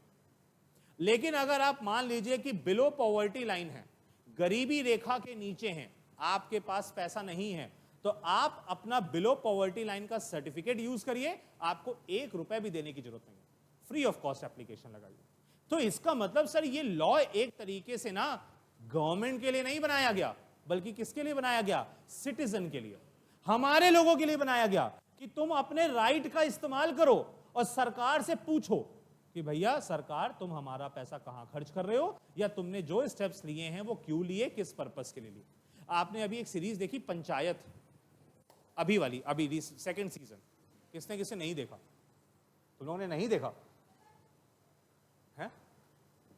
तो भाई तो पेपर हो गए अभी 10-5-7 दिन हो भी गए, तुम लोगों ने कुछ देखा नहीं? अभी पेपरों का दिमाग, अभी दिमाग में यही चल रहा है कि पेपर अभी खत्म हुए हैं, टेंशन आ गई थी। हाँ सर, हम ऐसे कहते हैं कि ना हर परिवार में कोई ऐसा बंदा होता है जिसको ना गॉसिप करने की बड़ी आदत होती है। हर परिवार में ऐसा होता है जिसको सब कुछ जानना है, जिसके घर में क्या चल रहा है, उसके घर में क्या चल रहा है, उसका बच्चा क्या कर रहा है, उसकी बच्ची क्या कर रही है, उसके बच्चे का रिजल्ट क्या आया, उसकी बच्ची का क्या रिजल्ट आया, कौन किसके साथ घूम रहा है। वो शायद फेसबुक इंस्टाग्राम पे इसीलिए होता है क्योंकि उसको चेक करना होता है कि किसी दूसरे की जिंदगी में हो क्या रहा है। उसको इससे मतलब नहीं है कि फेसबुक इंस्टाग्राम पे वो क्या कर रहा है, उसको सिर्फ इससे मतलब है कि दूसरे की जिंदगी में चल क्या रहा है। क्या ऐसा ही इंटेंशन अगर हमारे दिमाग में सरकार के प्रति हो तो क्या हम भी खरोच खरोच के सरकार से सारी इंफॉर्मेशन निकलवाएंगे? और अगर सरकार को यह पता लग जाए कि सिटीजन हर तरीके की इंफॉर्मेशन हमसे मांग रहा है तो क्या वो गड़बड़ करना छोड़ देगा? क्योंकि अगर गड़बड़े हुई, अच्छा हम ऐसे बोलते हैं ना कि लेट से हम ऐसे बोल रहे हैं कि एक जैसे मैं बोलता हूं, जैसे हम लोग ऐसे बोलते हैं कि जब हम सीतापुर जाते हैं अपने होम टाउन तो हम भैया बहुत कम लोगों से मिलते हैं। क्यों? क्योंकि हमको लगता है जिससे भी मिल रहे हैं, छोटा सा शहर है, सब लोग देखते हैं, सब कहते हैं उसके साथ क्या कर रहे थे तुम, उसके साथ क्यों घूम रहे थे तुम, तो हम बच बच के चलते हैं कि इनके साथ ना चलो, कोई बात नहीं। लेकिन जब हम दिल्ली आ जाते हैं तो हम खुले शेर हो जाते हैं, क्योंकि यहाँ तो कोई है ही नहीं, यहाँ तो मैं कोई जानता ही नहीं है, यहाँ तो सब हम अकेले हैं, यहाँ मैं जो मर्जी करूँ, घर वालों को कुछ पता नहीं चलने वाला। तो ऐसी सिचुएशन में डर कहाँ पे होगा? अपने होम टाउन में, क्योंकि वहाँ सब लोग जानते पहचानते हैं, एक दूसरे से जाके बातें करेंगे, मम्मी पापा को बताएंगे। इससे बेटर है कि तुम कहाँ रहो, दिल्ली में। 2005 से पहले सरकार भी दिल्ली में ही थी, वो कहती थी जो मर्जी करो, कोई पूछने वाला तो है नहीं। लेकिन जब आरटीआई एक्ट आ गया तो सरकार कह रही है अब जो कुछ भी करेंगे, कोई भी पागल बंदा हमसे एप्लीकेशन लगा के क्या कर सकता है, पूछ सकता है कि बताओ इसके लिए कितना पैसा खर्च हुआ, उसके लिए कितना पैसा खर्च हुआ, ये क्यों किया, वो क्यों किया। तो अब सरकार हर स्टेप कैसे लेगी? सोच समझ के लेगी। क्या करेगी? सोच समझ के स्टेप लेगी, क्योंकि उसको जवाबदेही देनी है, क्योंकि गवर्नमेंट यहां पे आंसरेबल हो गई है। क्या हो गई है? आंसरेबल। उसको जवाब देना पड़ेगा। 2005 से पहले जवाब नहीं देना पड़ता था, तो वो जो चाहती थी वो करती थी, लेकिन आज ऐसा नहीं कर सकती। बात समझ में आ रही है? क्लियर है? अब मेरी बात को सुनिएगा, हम आरटीआई की एप्लीकेशन किसको किसको लगा सकते हैं? मतलब जब हम एप्लीकेशन लगाएंगे तो क्या हम किसी से भी कोई भी इंफॉर्मेशन मांग सकते हैं? जैसे आपको ऐसा लग रहा है कि सर जरो सीए अरुण सेतिया क्लासेस में आरटीआई की एप्लीकेशन लगाते हैं और उनसे पूछते हैं कि साल का टर्नओवर कितना है, कितना कमा लेते हो, कितना कमा लेते हो। तो हम ऐसे कहते हैं कि क्यूरियोसिटी तो सबको रहती है ना, हर बच्चे के दिमाग में ये तो आता ही है कि हमारा टीचर इतना तो कमाई लेता होगा, इतने बच्चे मल्टीप्लाई बाय इतनी फीस, इतना पैसा तो आता ही होगा, मतलब ये तो बेयर मिनिमम है। और सर हमारे बैच में इतना आ रहा है, इसके अलावा और भी तो बैच पढ़ा रहे हैं, कुछ बैच में तो हम आते ही नहीं है, जिनके बारे में हमको पता ही नहीं है। सर हम नाना करते भी हम ऐसे बोल रहे हैं कि दिन भर में 4 बैच पढ़ाते होंगे, हमारे बैच में इतने, multiply by 4 multiply by fees, मतलब कहानी खत्म। यही हो रहा है सर। लेकिन ये तो हम सिर्फ सोच रहे हैं ना, अगर आप हमसे पूछोगे तो हमारा मन है, हम बताएं तो ठीक, ना बताएं तो ठीक, आप फोर्स नहीं कर सकते, क्योंकि हम जो भी कमा रहे हैं और जो भी खर्चा कर रहे हैं वो शायद तुम्हारे पैसों का नहीं कर रहे। सरकार हमसे टैक्स ले रही है, सरकार हमसे क्या ले रही है? बदले में डायरेक्टली हमको कुछ दे रही है? डायरेक्टली कुछ नहीं दे रही। आप अगर हमको फीस दे रहे हो तो क्या बदले में हमसे डायरेक्ट कोई सर्विस ले रहे हो? हाँ, लेकिन शायद सरकार को जब हम टैक्स दे रहे हैं तो उससे डायरेक्टली कुछ नहीं ले रहे। कभी ऐड देखा है टीवी में, ऐसा आ रहा होता है कि एक बंदा एयरपोर्ट पे जाता है और एयरपोर्ट पे वो सीट पड़ी होती हैं, उस पे बैठता है, कहता है ये 3 सीटें ना मेरे टैक्स की दिए हुए पैसे की है, मैंने टैक्स दिया था तो ही सरकार के पास पैसा आया तो उसने ये 3 सीटें खरीद के लगाई, ये 3 सीटें मेरी हैं। क्या हम ऐसे कह सकते हैं? नहीं कह सकते सर, क्योंकि शायद इंडिया में आज भी 70 से 80% पॉपुलेशन ऐसी है जो टैक्स नहीं देती, लेकिन वो टैक्स का बेनिफिट उठाती है। वो टैक्स का क्या उठाती है? बेनिफिट। सर 140 करोड़ की पॉपुलेशन है, लगभग कहते हैं 80% फैमिलीज आज प्रेजेंट टाइम पे ऐसी हैं जो गैस सिलेंडर यूज करती हैं अपने घर में। क्या यूज करती हैं? Gas cylinder. गैस सिलेंडर पे सरकार हमको देती है सब्सिडी। सब्सिडी का मतलब ये नहीं है कि हमको कम सस्ते में प्रोडक्ट मिल रहा है। अगर एक एलपीजी कंपनी गैस सिलेंडर निकाल रही है 1500 का, सरकार को लगता है कि 1500 का एक महीने में सिलेंडर परचेज करना एक इंडिविजुअल फैमिली के लिए डिफिकल्ट होगा, तो सरकार कहती है एलपीजी कंपनी तुम ऐसा करो, तुम पब्लिक को 1000 रुपए का दो, 500 रुपए हमसे ले लेना। एलपीजी कंपनी अपना थोड़ा ना घाटा करेगी, वो क्यों सरकार के कहने पे 1500 की चीज को 1000 में बेचेगी? वो बोलेगी ठीक है सरकार, आपको लगता है 1000 में देना है, हम 1000 में देंगे, तुम बचा हुआ 500 हमको दे देना। तो इसका मतलब क्या सरकार सब्सिडी पे कर रही है? टैक्स कितने लोग दे रहे हैं? हार्डली 15 से 20% लोग, लेकिन उस टैक्स का बेनिफिट कितने लोग उठा रहे हैं? 80 से 90% लोग। इसका मतलब जो पैसा सरकार खर्च करती है उसका डायरेक्ट बेनिफिट खाली उन्हीं को नहीं मिलता जो लोग पैसा दे रहे हैं, उसका बेनिफिट उन लोगों को भी मिलता है जो लोग शायद पैसा नहीं भी दे रहे। क्लियर है बात? समझ में आ रही है? अब ऐसी सिचुएशन में हम जब गवर्नमेंट के पास, ध्यान से, हम पब्लिक अथॉरिटी में, कौन सी अथॉरिटी में? पब्लिक अथॉरिटी में ही आरटीआई की एप्लीकेशन लगा सकते हैं और किसी भी जगह आरटीआई की एप्लीकेशन नहीं लगाई जा सकती। और सबसे बड़ा क्वेश्चन आरटीआई एक्ट में यही है सर फिर, कि पब्लिक अथॉरिटी है कौन? क्योंकि ये सारी पब्लिक अथॉरिटी डरेंगी, क्योंकि उनके ऊपर आरटीआई एक्ट एप्लीकेबल है। आरटीआई एक्ट अगर मैं पूछूं कि किसके ऊपर एप्लीकेबल है, तो तुम बोलोगे पब्लिक अथॉरिटी के ऊपर एप्लीकेबल है, क्योंकि हम सब अगर एप्लीकेशन लगाना चाहेंगे आरटीआई की, तो किसको ही लगा पाएंगे? सिर्फ और सिर्फ पब्लिक अथॉरिटी।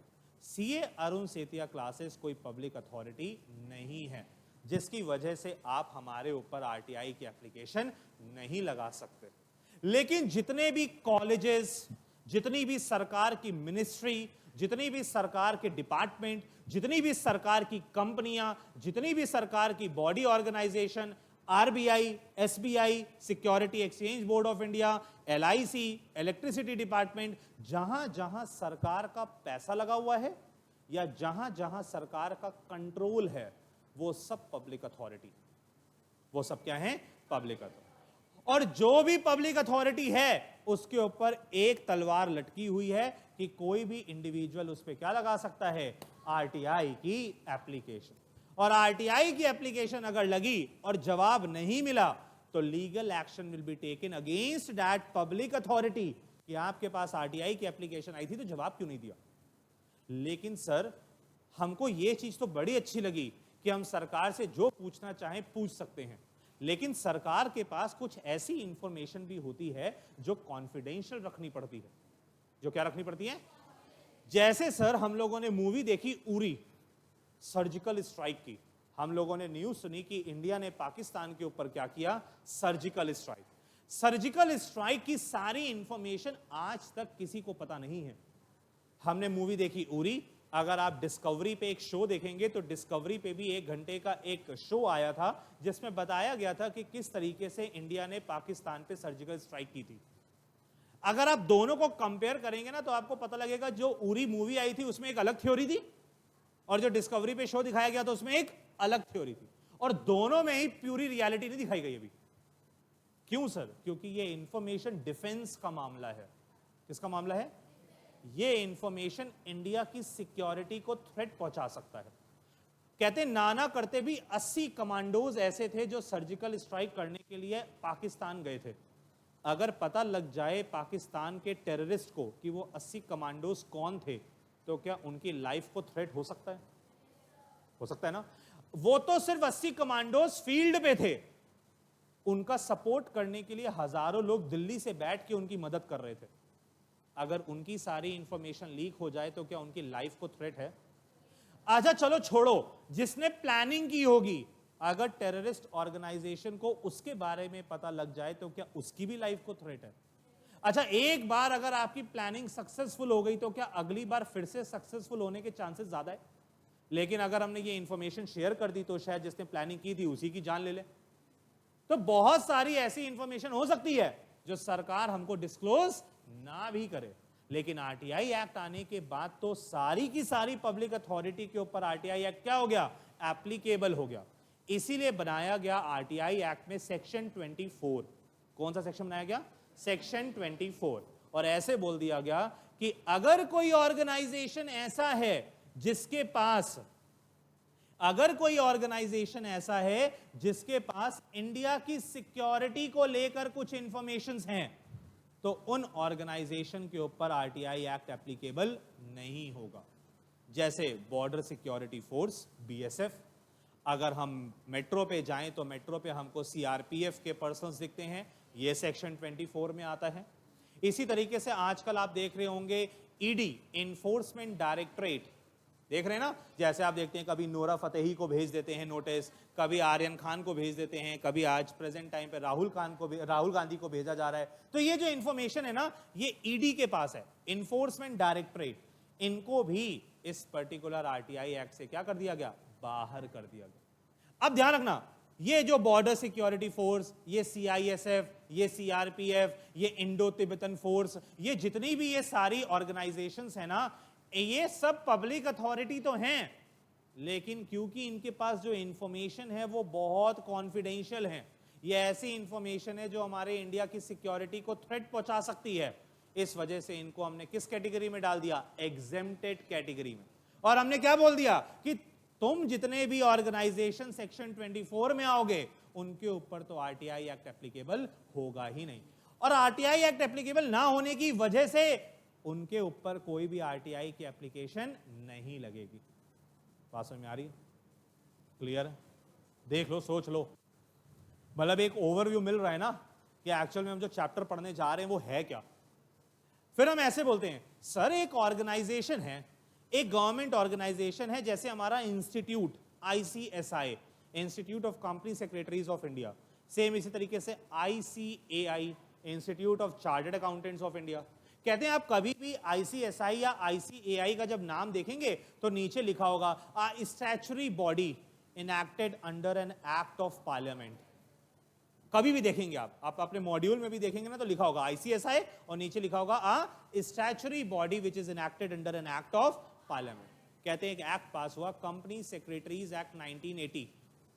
उस एक्ट में एक बोर्ड बनाया गया जिसका नाम रखा गया आईसीएसआई, और बोला गया कि कंपनी सेक्रेटरी स्टूडेंट्स और कंपनी सेक्रेटरी मेंबर्स को रेगुलेट करने के लिए एक बॉडी बनाई जाएगी जिसका नाम क्या होगा? आईसीएसआई।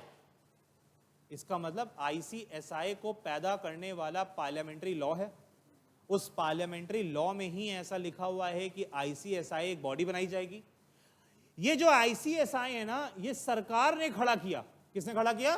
सरकार ने। और सरकार ने खड़ा किया मतलब ये पब्लिक अथॉरिटी है, मतलब आरटीआई की एप्लीकेशन किसके ऊपर लग सकती है? आईसीएसआई के ऊपर भी लग सकती है।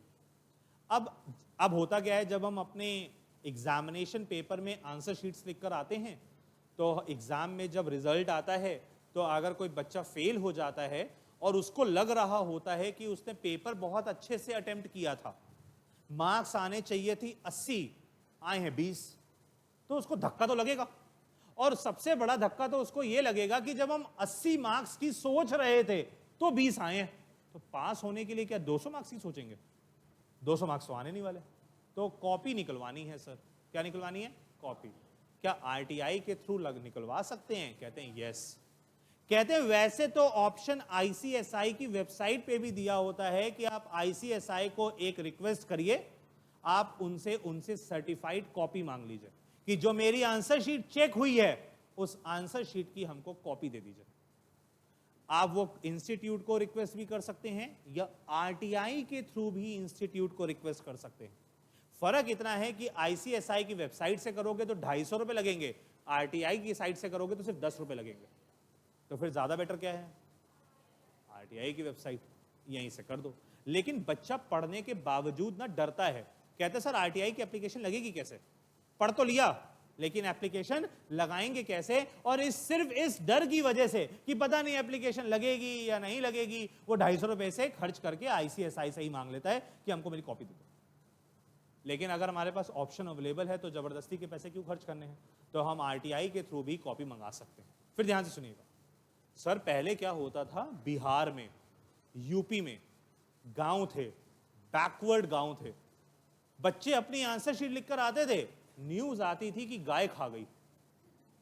न्यूज क्या आती थी? आंसर शीट कौन खा गया? गाय खा गई। न्यूज आती है सर कोर्ट में बंदर आया, 4-5 फाइलें उठाकर ले गया। सुना कभी ऐसे? कोर्ट में कौन आया? बंदर आया, 5-6 फाइलें पड़ी थी, उठा के ले गया। अब उठा के कहां ले गया किसी को कुछ पता ही नहीं। इसका मतलब सर पहले ऐसा बहुत कुछ होता था जिसकी वजह से इंफॉर्मेशन को छुपाने की कोशिश की जाती थी। पहले क्या होता था, ऐसे पता लगता था कि मान लीजिए, एग्जांपल दे रहा हूं ध्यान से, मान लीजिए कि मेरा बहुत जबरदस्त जुगाड़ है और मेरे पास बहुत ब्लैक मनी है और मेरी एक फाइल बनी हुई है इनकम टैक्स डिपार्टमेंट के पास जिसमें पूरा काला चिट्ठा है कि मिस्टर गगन ने कहां से ब्लैक मनी अर्न किया, कितना कितना ब्लैक मनी अर्न किया। लेकिन अभी तक मेरे बहुत जबरदस्त जुगाड़ थे इनकम टैक्स डिपार्टमेंट में जिसकी वजह से वो फाइल कहीं दबी हुई थी। क्या हुई थी? फाइल दबी हुई। दबी होने का मतलब किसी के सामने नहीं आई थी, मैंने सबको पैसा वैसा खिला के सबके मुंह बंद किए हुए थे। लेकिन अब सर कोई इनकम टैक्स डिपार्टमेंट में कमिश्नर आ गया है वो कह रहा है फाइल निकालो, सारी पुरानी फाइलें निकालो, सब पे इन्वेस्टिगेशन होगी। क्या मेरे को डर है कि मेरी भी फाइल निकल आएगी? क्या करूं? सर मैंने इनकम टैक्स ऑफिस में आग लगवा दी, सारे डॉक्यूमेंट जल गए, ढूंढ लो। अब जब वो फाइल ही नहीं है तो सर फिर वो डॉक्यूमेंट कहां से मिलेगा? और जब वो डॉक्यूमेंट नहीं मिलेगा तो फिर तो कोई हाथ लगा नहीं सकता, क्योंकि जो मेन तो वो फाइल थी। जब वो फाइल किसी ऑफिसर की नजरों में नहीं आ रही, जब पूरे डिपार्टमेंट में आग ही लग गई है, सारे पेपर जल गए, अब कहेगा रिकॉर्ड? पहले ऐसे होता था, पहले ऐसा सच में होता था, प्रैक्टिकली ये चीजें होती थी।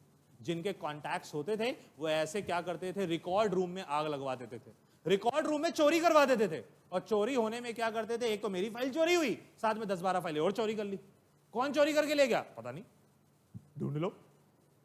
इसीलिए इंफॉर्मेशन टेक्नोलॉजी एक्ट आया और बोला गया कि आप ये जितने भी डॉक्यूमेंट्स फिजिकल फॉर्म में मेंटेन करते हैं ना, इनको इलेक्ट्रॉनिक फॉर्म में भी मेंटेन करना शुरू करिए। कंप्यूटर अगर जल भी गया तो भी डेटा रिकवर हो जाएगा अगर उसके अंदर हार्ड डिस्क बची हुई है। कंप्यूटर चोरी करना इतना आसान नहीं है, ट्रेस हो जाता है, हैक हो जाता है, उसकी इंफॉर्मेशन फिजिकल फॉर्म की इंफॉर्मेशन से ज्यादा बेटर है। इसीलिए बोला गया कि आज प्रेजेंट टाइम पे अगर आप आरटीआई की एप्लीकेशन लगाते हैं तो जो आपको इंफॉर्मेशन मिलेगी वो फिजिकल फॉर्म में भी मिल सकती है और इलेक्ट्रॉनिक फॉर्म में भी मिल सकती है। आप जो इंफॉर्मेशन की डिमांड करोगे वो इंफॉर्मेशन पहले तो आपको इलेक्ट्रॉनिक फॉर्म में ही शेयर की जाएगी। सर एक आरटीआई की एप्लीकेशन लगी कि हम लोगों को ध्यान है कि मुंबई में ताज होटल पर अटैक हुआ था, तो उसमें एक टेररिस्ट पकड़ा गया था, कसाब, याद है कुछ ऐसा? कसाब टेररिस्ट पकड़ा गया था जिसको फांसी की सजा सुनाई गई थी, फिर फांसी दे भी दी गई थी। और कहते हैं जब कसाब को फांसी दी गई थी तो आपने मूवी देखी होगी सरबजीत, सुनिए कभी, जिसमें ऐश्वर्या राय थी। सरबजीत एक ऐसे पर्सन थे पंजाब के जो आज से 50 साल पहले ना इंडिया पाकिस्तान के बीच में ना वो बॉर्डर लाइन नहीं थी, मतलब लाइन तो थी लेकिन उसमें फेंसिंग नहीं हुई थी।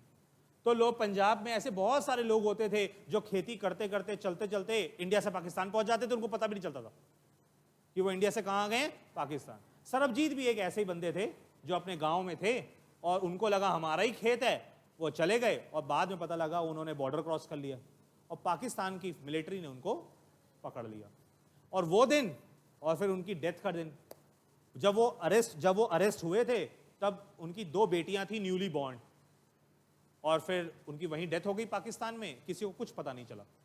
तो कहते जब कसाब को फांसी दी जा रही थी उससे थोड़े दिन पहले पाकिस्तान सरबजीत को रिलीज करने वाली थी, लेकिन जैसे ही कसाब को फांसी लगी पाकिस्तान की मिलिट्री ने उनको जेल में ही मार दिया और बोला कि उनको हार्ट अटैक आ गया और सिर्फ उनकी बॉडी इंडिया आई।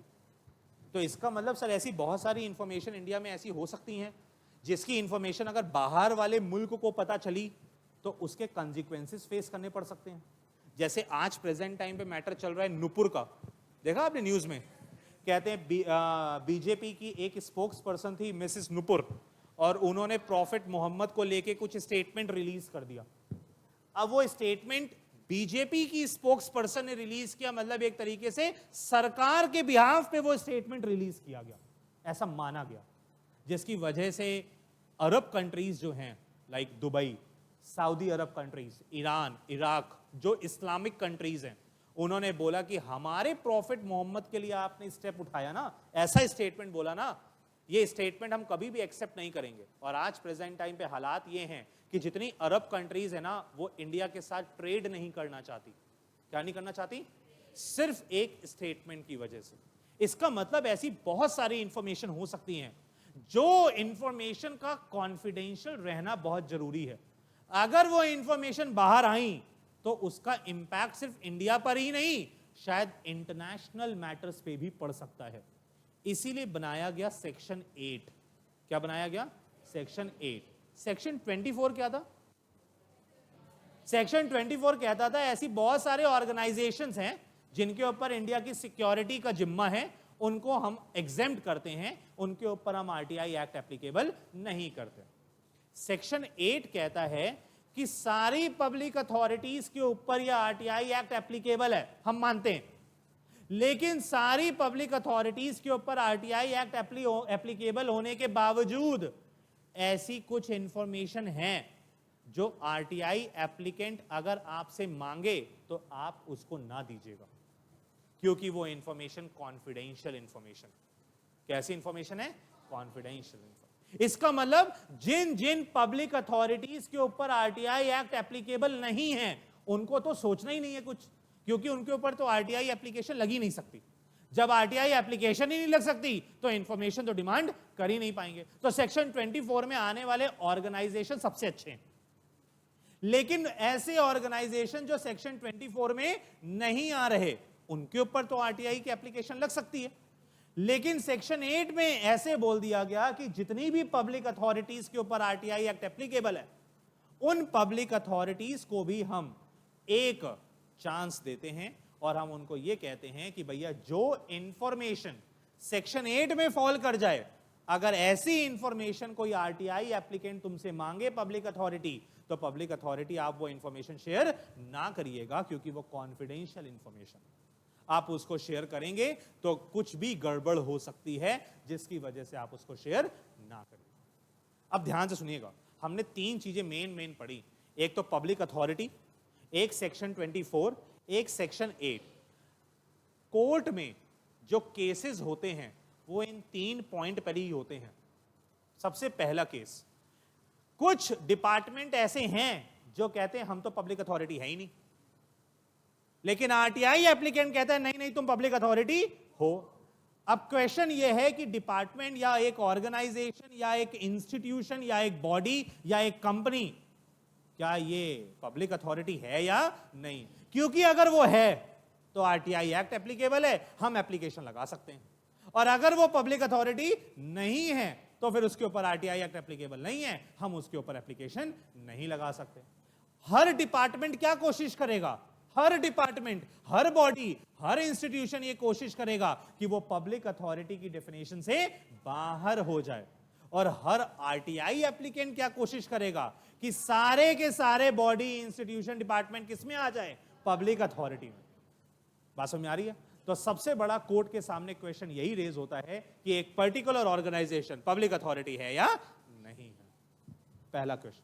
फिर दूसरा क्वेश्चन, बहुत सारी पब्लिक अथॉरिटीज में जब आरटीआई की एप्लीकेशन लगाई जाती है तो आरटीआई की एप्लीकेशन लगाने के बाद पब्लिक अथॉरिटी से जब जवाब आता है, उस जवाब में लिखा होता है ये इंफॉर्मेशन जो आपने मांगी है ये सेक्शन 8 में लिखी हुई है, ये तो एग्जेम्प्टेड है, हम नहीं देंगे।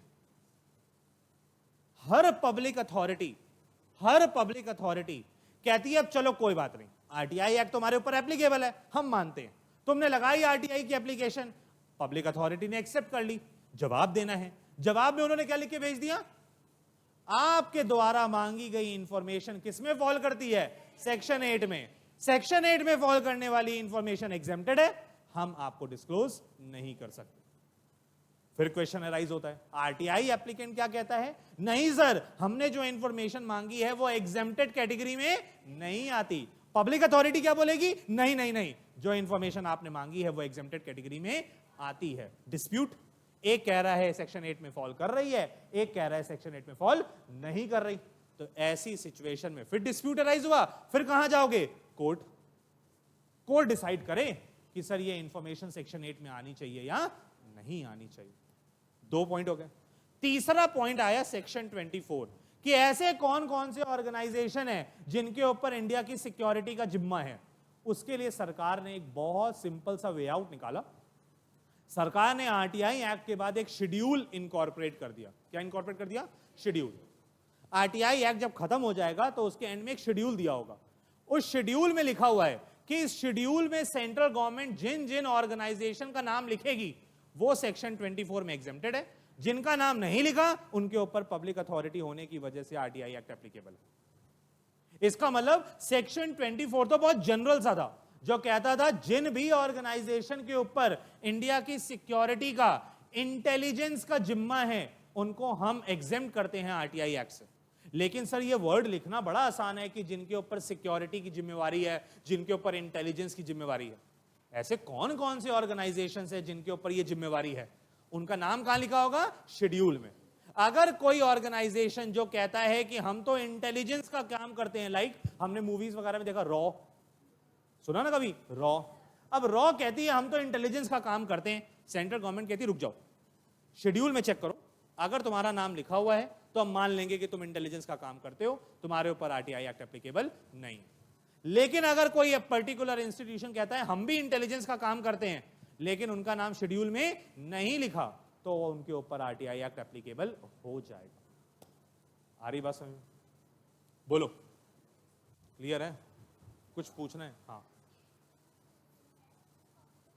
होते हैं स्टेट गवर्नमेंट भी, सेंट्रल गवर्नमेंट भी। सर क्या हमारी दिल्ली यूनिवर्सिटी एक पब्लिक अथॉरिटी है? मतलब लॉजिकली सिर्फ सोचना, कॉमन सेंस लगा के, जरूर अभी हम लोगों ने डेफिनेशन तो पढ़ी नहीं है, तो अभी हम ये तो कह नहीं सकते कि किस पॉइंट में फॉल करेगी, बट अभी हम ऐसे ही रफली सोच रहे हैं कि कौन कौन सी अथॉरिटी पब्लिक अथॉरिटी हो सकती है। Sir Delhi university public authority हो सकती है? सर गवर्नमेंट यूनिवर्सिटी है। कैसी यूनिवर्सिटी है? गवर्नमेंट। इसी तरीके से हमारे लखनऊ में लखनऊ यूनिवर्सिटी है, वो भी गवर्नमेंट यूनिवर्सिटी है। और जितनी भी गवर्नमेंट यूनिवर्सिटीज होती हैं, आप कभी भी देखिएगा उनका जो चांसलर होता है, कौन होता है? वो उस स्टेट का गवर्नर होता है। वो उस स्टेट का क्या होता है? Governor, chancellor. अगर हम ऐसे बोलें, अभी प्रेजेंट टाइम पे 15 से 20 दिन पहले ममता बनर्जी ने, ममता दीदी ने कलकत्ता में एक लॉ पास किया और उन्होंने बोला कि वेस्ट बंगाल में जितने भी सरकारी कॉलेजेस हैं उनका चांसलर गवर्नर नहीं होगा बल्कि चीफ मिनिस्टर होगा। कौन होगा? और ममता बनर्जी खुद चीफ मिनिस्टर है। तो उन्होंने बोला सारे कॉलेज मेरे कंट्रोल में आएंगे, गवर्नर क्या करता वहां जाके, कोई काम नहीं उसका। लॉ पास किया गया। अब लॉ सब्जेक्ट टू अप्रूवल है, गवर्नर नहीं अप्रूवल देना है, और गवर्नर ही कह रहा है हमारी सीट खाली कर रहे हो। अब again it will be a question mark कि वो लॉ पास होता है या नहीं होता, बट प्रेजेंट टाइम पे ऐसा ही है। तो जितने भी सरकारी कॉलेजेस होते हैं वो एक पब्लिक अथॉरिटी है। फिर मेरा क्वेश्चन आता है, सर एमिटी यूनिवर्सिटी भी एक पब्लिक अथॉरिटी है? लवली प्रोफेशनल यूनिवर्सिटी, बात समझ में आ रही है? शारदा यूनिवर्सिटी है तो बहुत सारी सर, लेकिन ये सब प्राइवेट की कैटेगरी में आ जाती हैं। लेकिन ध्यान रखिएगा, अभी हम पढ़ेंगे पब्लिक अथॉरिटी की डेफिनेशन, और पब्लिक अथॉरिटी की डेफिनेशन में लिखा है कि अगर कोई बॉडी, कोई इंस्टीट्यूशन, कोई भी ऐसा ऐसे बोलते कोई भी ऐसा इंस्टीट्यूशन या बॉडी जिसमें सरकार का पैसा लगा हुआ है, जिसमें सरकार का क्या लगा है, या जिसका कंट्रोल सरकार के हाथों में है, या जिसका मैनेजमेंट सरकार चलाती है, वो पर्टिकुलर ऑर्गेनाइजेशन भी क्या बन जाता है? Public authority. क्लियर है बात? तो क्या ये एक क्वेश्चन ऑफ मैटर है कि हमको चेक करना पड़ेगा कि एक पर्टिकुलर ऑर्गेनाइजेशन पब्लिक अथॉरिटी है या नहीं है? इसीलिए कोर्ट के सामने सबसे ज्यादा क्वेश्चन यही रेज होते हैं कि एक पर्टिकुलर ऑर्गेनाइजेशन पब्लिक अथॉरिटी है या नहीं। अब मान लो हमने एमिटी में आरटीआई की एप्लीकेशन लगा दी, तो एमिटी यूनिवर्सिटी क्या बोलेगी? हम पब्लिक अथॉरिटी, हमको प्रूव करना पड़ेगा कि वो पब्लिक अथॉरिटी है या हम, तो हमने एप्लीकेशन लगाई है, इसका मतलब हम मानते हैं कि वो पब्लिक अथॉरिटी है। कोर्ट पूछेगी मिस्टर गगन अगर आपने एप्लीकेशन लगाई है तो बताइए कि वो पब्लिक अथॉरिटी कैसे है, तो हमको प्रूव करना होगा। एमिटी से भी पूछा जाएगा कि बताइए आप पब्लिक अथॉरिटी क्यों नहीं है। अगर उन्होंने प्रूफ कर दिया तो वो एप्लीकेशन से बच जाएंगे, अगर प्रूफ नहीं किया तो एप्लीकेशन से नहीं बच पाएंगे। बात समझ में आ रही है? तो हम लोगों ने एग्जाम्पल में अभी एक दिल्ली यूनिवर्सिटी ले लिया, लखनऊ यूनिवर्सिटी ले लिया, या जितनी भी गवर्नमेंट यूनिवर्सिटीज हैं वो ले लिया। इसके अलावा अगर मैं बात करूं और गवर्नमेंट अथॉरिटीज की, तो ध्यान से ICSI भी, हमारा institute of company secretaries of India भी पब्लिक अथॉरिटी है। ICAI जो चार्टर्ड अकाउंटेंट इंस्टीट्यूट है वो भी एक पब्लिक अथॉरिटी। अब सर जब CA और CS हैं तो CMA भी होगा। हाँ, तो CMA का इंस्टीट्यूट भी क्या है सर? Public authority. फिर सर हमने कभी सुना है CAG, controller auditor general of India, RBI, SEBI, LIC, SBI, इन सब में सरकार का पूरा पूरा पैसा लगा हुआ है। ये सरकारी ऑर्गेनाइजेशन है। ये क्या है? सरकारी organization. Ministry of corporate affairs, ministry of finance, ministry of defence, सरकार की जितनी मिनिस्ट्री हैं क्या सब पब्लिक अथॉरिटी हैं? यस। सरकार के जितने डिपार्टमेंट हैं क्या सब के सब पब्लिक अथॉरिटी हैं? यस। और इन सब के ऊपर आरटीआई एक्ट क्या हो जाएगा? एप्लीकेबल। और ध्यान से सुनिएगा, बहुत ध्यान से सुनिएगा सर, जब आरटीआई एक्ट 2005 आया तो आरटीआई एक्ट ने यह बोला कि जितनी भी पब्लिक अथॉरिटी हैं उनको हम 120 दिन का मौका दे रहे हैं। कितने दिन का? कि अपने अपने ऑर्गेनाइजेशन में एक पर्टिकुलर पर्सन को इस काम के लिए डेजिग्नेट कर दो कि अगर तुम्हारे ऑर्गेनाइजेशन में आरटीआई की एप्लीकेशन आएगी तो आरटीआई की एप्लीकेशन कौन रिसीव करेगा।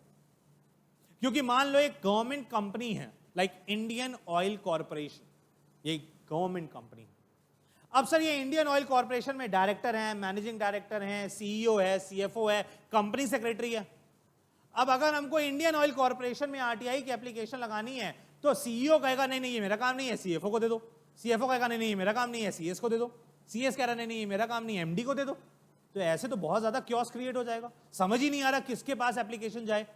तो आरटीआई एक्ट को एप्लीकेबल करने से पहले सरकार ने कितने दिन का टाइम दिया?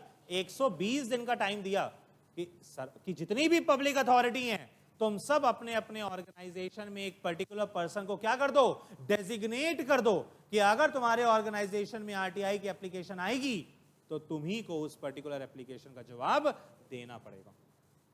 ऐसे पर्सन को हम नाम देते हैं पीआईओ। क्या नाम देते हैं? पीआईओ। इसका मतलब क्या होता है सर? Public information officer. कैसा? Public information officer. इसका मतलब सर क्या हम ऐसे बोल दें कि हर पब्लिक अथॉरिटी में पीआईओ होगा? हर पब्लिक अथॉरिटी में क्या होगा? पीआईओ। और जब हम आरटीआई की एप्लीकेशन लगाएंगे तो वह एप्लीकेशन पब्लिक अथॉरिटी के बिहाफ पे किसके पास जाएगी? उसी पब्लिक अथॉरिटी के पीआईओ के पास। और उसी पीआईओ की यह जिम्मेवारी होगी कि वो उस आरटीआई एप्लीकेशन का जवाब दे। बात समझ में आ रही है?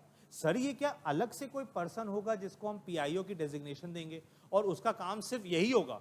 तो कहते नहीं, जो ऑलरेडी कंपनी में एग्जिस्टिंग एम्प्लॉइज होते हैं उन्हीं में से हम किसी पर्टिकुलर पर्सन को पीआईओ की डेजिग्नेशन दे देंगे और बोलेंगे तुम अपना काम तो संभालो, साथ ही साथ तुम आरटीआई के पीआईओ भी हो।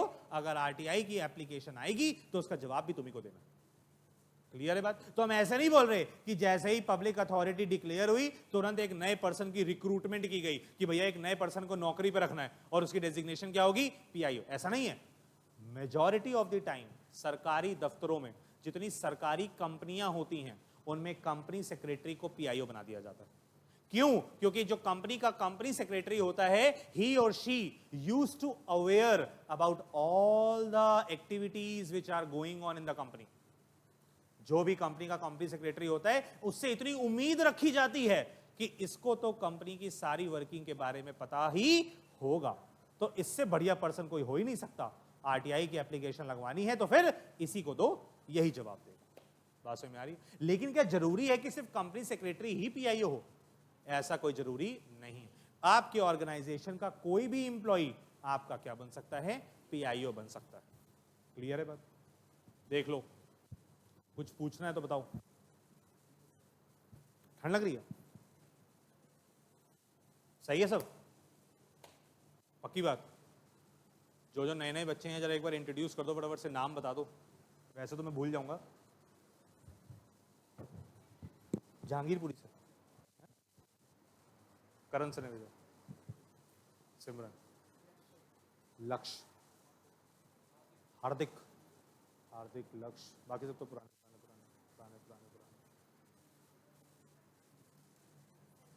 सना, ये बढ़िया नाम है, छोटा सा नाम है, बिल्कुल बढ़िया एकदम, भूलेंगे भी नहीं। हार्दिक, लक्ष्य, सिमरन। सिमरन तो बहुत कॉमन नाम है। हमारे घर में 7-8 लड़कियां होंगी जिनका नाम सिमरन है, तो वो भी याद रहेगा। सना, सना पहले भी हम लोग के पास एक आती थी। अनन्या, अंजलि, ये भी कॉमन नाम है, चलो ठीक, याद रह जाएगा। इस नाम की 2-3 लड़कियां और हैं, मिलवाऊंगा मैं। सिद्धि, ऋतिक, हार्दिक, ऋतिक और आयुष, लक्ष्य, आयुष है, नेल्सन, NELSON। ये देखो भाई, आज जाके घर वालों को बोलना बहुत यूनिक, इससे बढ़िया नाम नहीं हो सकता। यश, ठीक, सुपरस्टार यश। केजीएफ तो सबसे पहले तुमने देखी होगी। चलो, समझ में आई बहुत सारी चीजें? कुछ पूछना है तो बताओ। बहुत ज्यादा हेक्टिक तो नहीं लग रहा है? ऐसा लग रहा है बहुत कुछ सुनने को मिल गया है, लग रहा है ऐसा? थोड़ा थोड़ा तो लग रहा है सर, ऐसी उम्मीद नहीं थी कि पहली क्लास में तक कुछ सुनने को मिलेगा। चलो लेकिन सुन ले रहे हैं, कोई बात नहीं, है ना। हाँ कुछ डाउट हो तो बताओ, नहीं तो मैं तुमको डाउट अराइज करवाता हूँ, मैं क्वेश्चन अराइज करवाता हूँ, तुम फिर बताना कि हाँ ये भी हो सकता था ना। सर जब वो जो कसाब था ना, कसाब जो मुंबई अटैक में पकड़ा गया था सर, उसके अगेंस्ट ना चार्जशीट फाइल हुई थी। क्या फाइल हुई थी?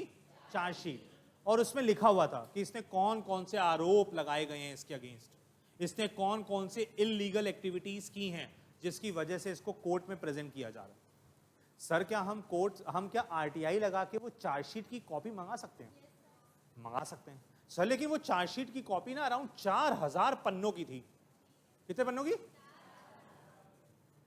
मान लो 140 करोड़ की पॉपुलेशन में से कुछ हजार लोगों ने एप्लीकेशन लगा दी कि हमको चार्जशीट की कॉपी चाहिए, तो मतलब फिर डिपार्टमेंट फोटोकॉपी कराता रह जाए। आज एक आरटीआई की एप्लीकेशन आई है 4000 पन्नों की कॉपी, आज 5 एप्लीकेशन आ गई, 20,000 पन्ने निकाले जाएंगे। क्या ऐसे नहीं बोलते कि पब्लिक अथॉरिटी का बहुत खर्चा भी हो जाएगा? एप्लीकेशन तो लग जाएगी, लेकिन उस एप्लीकेशन के लगने के बाद जो इंफॉर्मेशन आपने डिमांड की है, अगर वो इंफॉर्मेशन थोड़ी सी लार्ज इंफॉर्मेशन हुई, बल्कि इंफॉर्मेशन हुई, तो फिर तो ध्यान से सुनिए, ध्यान से, जो आरटीआई की एप्लीकेशन लगा रहा है उसको उसकी फोटोकॉपी के चार्जेस पे करने पड़ेंगे। इससे होगा क्या कि सच में जेन्युइनली जो डॉक्यूमेंट मांगना चाहता है वो ही पैसे दे के मांगेगा। अदरवाइज जो सिर्फ मजे लेने के लिए एप्लीकेशन लगा रहा था कि 10 रुपए तो लग रहे हैं, लाओ एप्लीकेशन लगा दे, या हम बिलो पॉवर्टी लाइन है हमारे पे तो 10 रुपए भी नहीं लग रहे, लाओ एप्लीकेशन लगा दे, मजे लेने के लिए लगा दी, तो सर ऐसे आरटीआई एप्लीकेंट्स की अब एप्लीकेशन नहीं आएगी। सिर्फ जेन्युइन लोग जो होंगे सिर्फ वही एप्लीकेशन लगाएंगे, कुछ नहीं होगा, कुछ नहीं आएगा, सब बंद है, पैक है। तो इसका मतलब ऐसे ही लोग आरटीआई एप्लीकेशन लगाएंगे जो जेन्युइनली उस इंफॉर्मेशन की डिमांड कर रहे होंगे, जिनको जरूरत होगी, और पैसा तो वही देगा जिसको सच में उस इंफॉर्मेशन की डिमांड की जरूरत होगी। तो एक चीज तो ये हो गई कि जितनी भी इंफॉर्मेशन आप मांगेंगे, अगर वो बल्कि इंफॉर्मेशन हुई और अथॉरिटी का उसमें बहुत पैसा खर्च हो रहा होगा, तो पहले आपसे पैसा मांगा जाएगा, उसके बाद ही आपको वो इंफॉर्मेशन शेयर की जाएगी। क्वेश्चन सुनिएगा सर, हमने एक एप्लीकेशन लगाई पीआईओ के पास, हमने तो एप्लीकेशन एक्चुअल में पब्लिक अथॉरिटी पे लगाई होगी, फिर पब्लिक अथॉरिटी के पास जैसे ही एप्लीकेशन पहुंचेगी तो तुरंत वो एप्लीकेशन किसको मिल जाएगी? पीआईओ को। पीआईओ को 30 दिन के अंदर, 30 डेज के अंदर जवाब देना है। मान लो उसने 30 दिन के अंदर जवाब नहीं दिया, या उसने जवाब दिया बट उसने हमको बोल दिया कि ये इंफॉर्मेशन सेक्शन 8 की इंफॉर्मेशन है, ये तो एग्जेम्प्टेड है, हम आपको नहीं दे सकते। या फिर उसने हमको इंफॉर्मेशन तो दी बट आधी अधूरी इंफॉर्मेशन दी, या सर उसने हमको इंफॉर्मेशन दी बट गलत इंफॉर्मेशन दे दी, या सर उसने हमको इंफॉर्मेशन ही नहीं दी। तो हमारे पास क्या कोई और रास्ता होना चाहिए कि कहानी यहीं खत्म? रास्ता तो होना चाहिए। तो कहते हैं फिर हमारे पास रास्ता होना चाहिए अपील फाइल करने का। क्या फाइल करने का?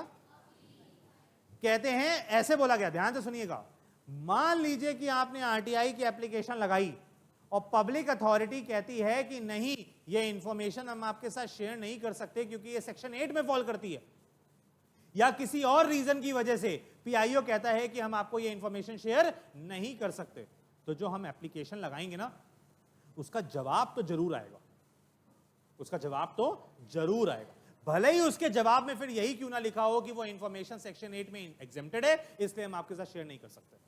और जब जवाब आएगा ना पीआईओ के पास से, तो पीआईओ अपने सीनियर रैंक के ऑफिसर का डिटेल प्रोवाइड करेगा उस जवाब में। किसकी इंफॉर्मेशन प्रोवाइड करेगा?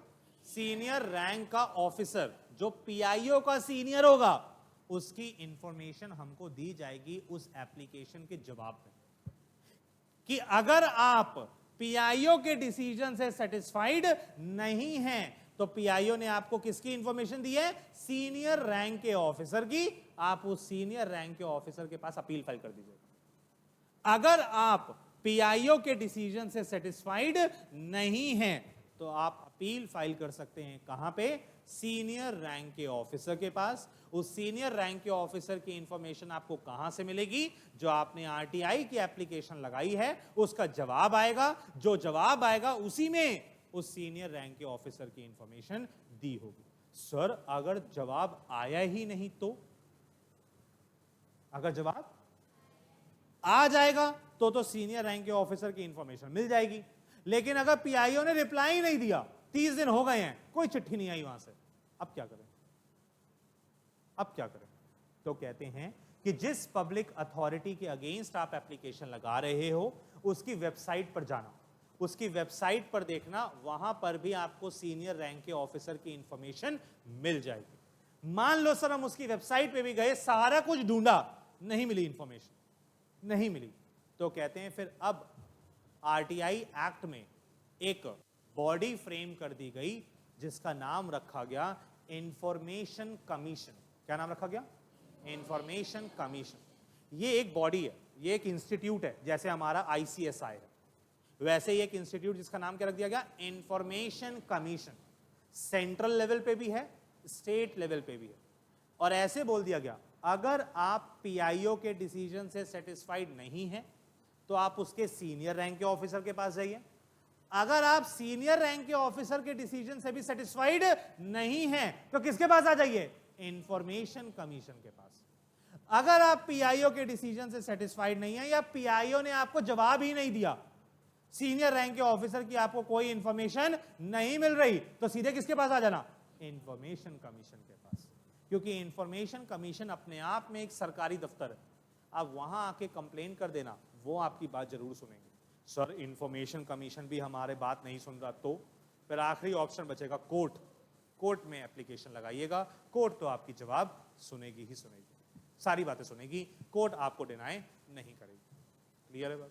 इसका मतलब हम ऐसे कह सकते हैं कि ऐसी बहुत सारी अथॉरिटीज हैं जो हमको परेशान कर सकती हैं। जो वो क्या कर सकती हैं? परेशान। हम उनसे एप्लीकेशन लगा के इंफॉर्मेशन मांग रहे हैं, वो इंफॉर्मेशन हमको शेयर नहीं कर। जैसे सर एक इंफॉर्मेशन और शेयर की गई थी, अगर आपको ध्यान हो सर, जब 2014 में प्राइम मिनिस्टर मोदी नए नए प्राइम मिनिस्टर बने थे ना, तो ये फॉरेन ट्रिप पे पड़ जाते थे। बहुत फॉरेन ट्रिप पे गए दिल खोल के, मतलब हर महीने 2-2 चक्कर लग रहे हैं, कभी अमेरिका, कभी कहीं, कभी बरमूडा, मतलब जहां जहां आज तक इंडिया का प्राइम मिनिस्टर नहीं गया वो वहां भी ये पहुंच गए। सर जब एक प्राइम मिनिस्टर फॉरेन विजिट पे जाता है ना, तो वो अकेला नहीं जाता है, उसकी पूरी टीम जाती है, उसके सिक्योरिटी ऑफिसर्स जाते हैं। अब अभी हमने बोला कि प्राइम मिनिस्टर की सिक्योरिटी के लिए 50 लोग तो सिक्योरिटी ऑफिसर्स होते हैं, तो प्राइम मिनिस्टर अगर अमेरिका जा रहे हैं तो अकेले जाएंगे या वो उनका सिक्योरिटी स्टाफ भी जाएगा? फिर सिक्योरिटी स्टाफ भी जाएगा। प्राइम मिनिस्टर मोदी को तो सर इंग्लिश बोलनी नहीं आती, फिर और जब उनको लेमैन इंग्लिश इंडिया में नहीं बोलने आती तो अमेरिकन इंग्लिश ट्रंप की, जो बिडेन की, इससे पहले ओबामा की, क्या इनकी इंग्लिश समझ में आएगी? बिल्कुल नहीं आएगी। तो सर इनके साथ फिर ट्रांसलेटर्स जाते हैं। कौन जाते हैं? ट्रांसलेटर। इनके साथ आईएएस ऑफिसर्स की टीम जाती है जो पॉलिसी मेकिंग करती है। इनके साथ मिनिस्टर्स जाते हैं। तो नाना करते भी अगर प्राइम मिनिस्टर किसी विजिट पे जा रहे हैं तो 100-150 लोगों को लेके जाते हैं, अकेले तो जाते नहीं है। और ये सारे के सारे लोग सरकारी काम के लिए जा रहे हैं या अपने पर्सनल विजिट के लिए जा रहे हैं? तो फिर इनका सारा खर्चा भी कौन उठाएगा? सरकार। कितना खर्चा हुआ सरकार तो बताएगी नहीं। आप आरटीआई की एप्लीकेशन लगाओ और उनसे पूछो कि कितना पैसा खर्च हुआ। लोग लगाते हैं, लोग लगाते हैं। जनरली कौन लगाता है? अपोजिशन पार्टी के लीडर लगा देते हैं कि बताओ प्राइम मिनिस्टर की पूरे साल में कितनी फॉरेन विजिट हुई, और जितनी भी फॉरेन विजिट हुई जरा बताइए उस पर कितना पैसा खर्च हुआ। तो पता लगता है कि हजारों करोड़ रुपए खर्च हो रहे हैं। कितने खर्च हो रहे हैं? हजारों करोड़ रुपए खर्च हो रहे हैं। लेकिन लेकिन लेकिन सिर्फ हजारों करोड़ रुपए खर्च करने से अगर लाखों करोड़ों का बेनिफिट हो रहा है तो क्या 1000 करोड़ खर्च करने में कोई नुकसान है? 100 करोड़ खर्च करके अगर 10,000 करोड़ कमा पा रहे हैं तो कर दो ना 100 करोड़ खर्च, क्या दिक्कत है? बात समझ में आ रही है? इसका मतलब अगर फॉरेन विजिट जाने पर हमारे रिलेशन स्ट्रांग हो रहे हैं और हमको जितना पैसा खर्च कर रहे हैं उसके मल्टीपल्स में उससे ज्यादा का बेनिफिट हो रहा है तो करने दो ना इसको, क्या दिक्कत? तो क्या फिर हम ऐसे बोल दें कि जो मिनिस्ट्री ऑफ फाइनेंस है उसमें एक डिपार्टमेंट ऑफ एक्सपेंडिचर बना हुआ है? क्या है? मिनिस्ट्री ऑफ फाइनेंस, उसमें क्या बना है? डिपार्टमेंट ऑफ एक्सपेंडिचर, जो सरकार के सारे खर्चे करता है। वो भी एक पब्लिक अथॉरिटी है। उस पर अगर आप आरटीआई की एप्लीकेशन लगाओगे तो वो आपको जवाब देगी कि सरकार ने जिस पीरियड की आप इंफॉर्मेशन मांगोगे उस पीरियड की इंफॉर्मेशन का वो आपको सारा ब्यौरा प्रोवाइड करेगी। बात समझ में आ रही है? अगर आप ऐसे बोलते हैं कि यूपी गवर्नमेंट से पूछना चाहते हैं कि एक पर्टिकुलर ईयर में यूपी गवर्नमेंट में कितने मर्डर हुए, कितने मर्डर हुए, कितने केसेस रेप के केसेस आए, कितने केसेस रॉबरी के केसेस आए, क्या वो आपको डिस्क्लोज करेगी? यस, करना पड़ेगा, करना पड़ेगा। सरकार भी आरटीआई के स्कोप में कवर होती है। किसमें कवर होती है? आरटीआई के स्कोप में कवर होती है। क्या सर हम बीजेपी गवर्नमेंट में एज सच बीजेपी पर कोई आरटीआई की एप्लीकेशन लगा सकते हैं? पॉलिटिकल पार्टीज, बीजेपी, कांग्रेस, आम आदमी पार्टी, सर वैसे तो ये सब पब्लिक अथॉरिटी थी, लेकिन जब आरटीआई की application Congress government, BJP government, आम आदमी पार्टी में लगानी शुरू हुई ना, तो इन्होंने पार्लियामेंट्री एक्ट में चेंजेस किए और इन्होंने बोला ये जो पॉलिटिकल पार्टी है ना, ये एग्जेम्प्ट है आरटीआई से। ये क्या है? और जितने भी मेंबर्स लोकसभा राज्यसभा में बैठे थे सबने अप्रूवल दी, हाँ हम एग्जेम्प्ट है, हम एग्जेम्प्ट है, हम एग्जेम्प्ट है। क्योंकि कोर्ट में जब ये मैटर गया तो कोर्ट ने बोला कि पॉलिटिकल पार्टीज एग्जेम्प्टेड नहीं है। एग्जेम्प्टेड नहीं है इसका मतलब इन पे आरटीआई की एप्लीकेशन लग सकती है। आरटीआई की एप्लीकेशन लगी तो ध्यान से सुनिए, आप जब बाहर निकलते हैं मेन रोड पर जगह जगह एडवर्टीजमेंट हो रहे होते हैं सरकार के, क्या फ्री में हो रहे होते हैं? सर हजारों करोड़ रुपए खर्च होता है। 2019 का जो लोकसभा का इलेक्शन था जिसमें प्राइम मिनिस्टर मोदी जीते 2019 में, उसकी रिपोर्ट के अकॉर्डिंग कहते हैं नाना करते भी 11,000 करोड़ रुपए खर्च किए बीजेपी गवर्नमेंट ने कैंपेनिंग करने के लिए। कितने रुपए खर्च किए? 11,000 करोड़ रुपए खर्च किए सिर्फ लोकसभा के इलेक्शन को जीतने की कैंपेनिंग करने के लिए। अब जरा बताइए कि 11,000 करोड़ रुपए आए कहां से? अब ध्यान से सुना, टैक्स तो हम सरकार को दे रहे हैं, बीजेपी को थोड़ी ना दे रहे हैं, कांग्रेस को थोड़ी ना दे रहे हैं, हम तो किसको दे रहे हैं? सेंट्रल गवर्नमेंट को दे रहे हैं। पैसा कहां से आया? क्या हम आरटीआई लगा सकते हैं? अगर कोर्ट के डिसीजन के बेसिस पे जाएं तो पब्लिक अथॉरिटी है पॉलिटिकल पार्टी, तो हम एप्लीकेशन लगाएंगे, उनको जवाब भी देना पड़ेगा। जवाब नहीं दिया तो लीगल कॉन्सिक्वेंसेस फेस करने पड़ेंगे, और अगर जवाब दे दिया तो सारे कच्चे चिट्टे खुल जाएंगे। अब तो सब कुछ बताना पड़ जाएगा, और जब पब्लिक को यह सब पता लग जाएगा तो वो कभी भी उसको रूलिंग पार्टी बनने नहीं देगी। तो ऐसी सिचुएशन में क्या किया जाए? सारी पॉलिटिकल पार्टीज मिली, पार्लियामेंट में पार्लियामेंट्री लॉ में ही चेंज कर दिया, और उन्होंने बोला नहीं नहीं नहीं, हम सारी की सारी पॉलिटिकल पार्टीज एग्जेम्प्टेड कैटेगरी में आते हैं, हमारे ऊपर आरटीआई की एप्लीकेशन नहीं लग सकती। क्या गलत नहीं हो रहा है?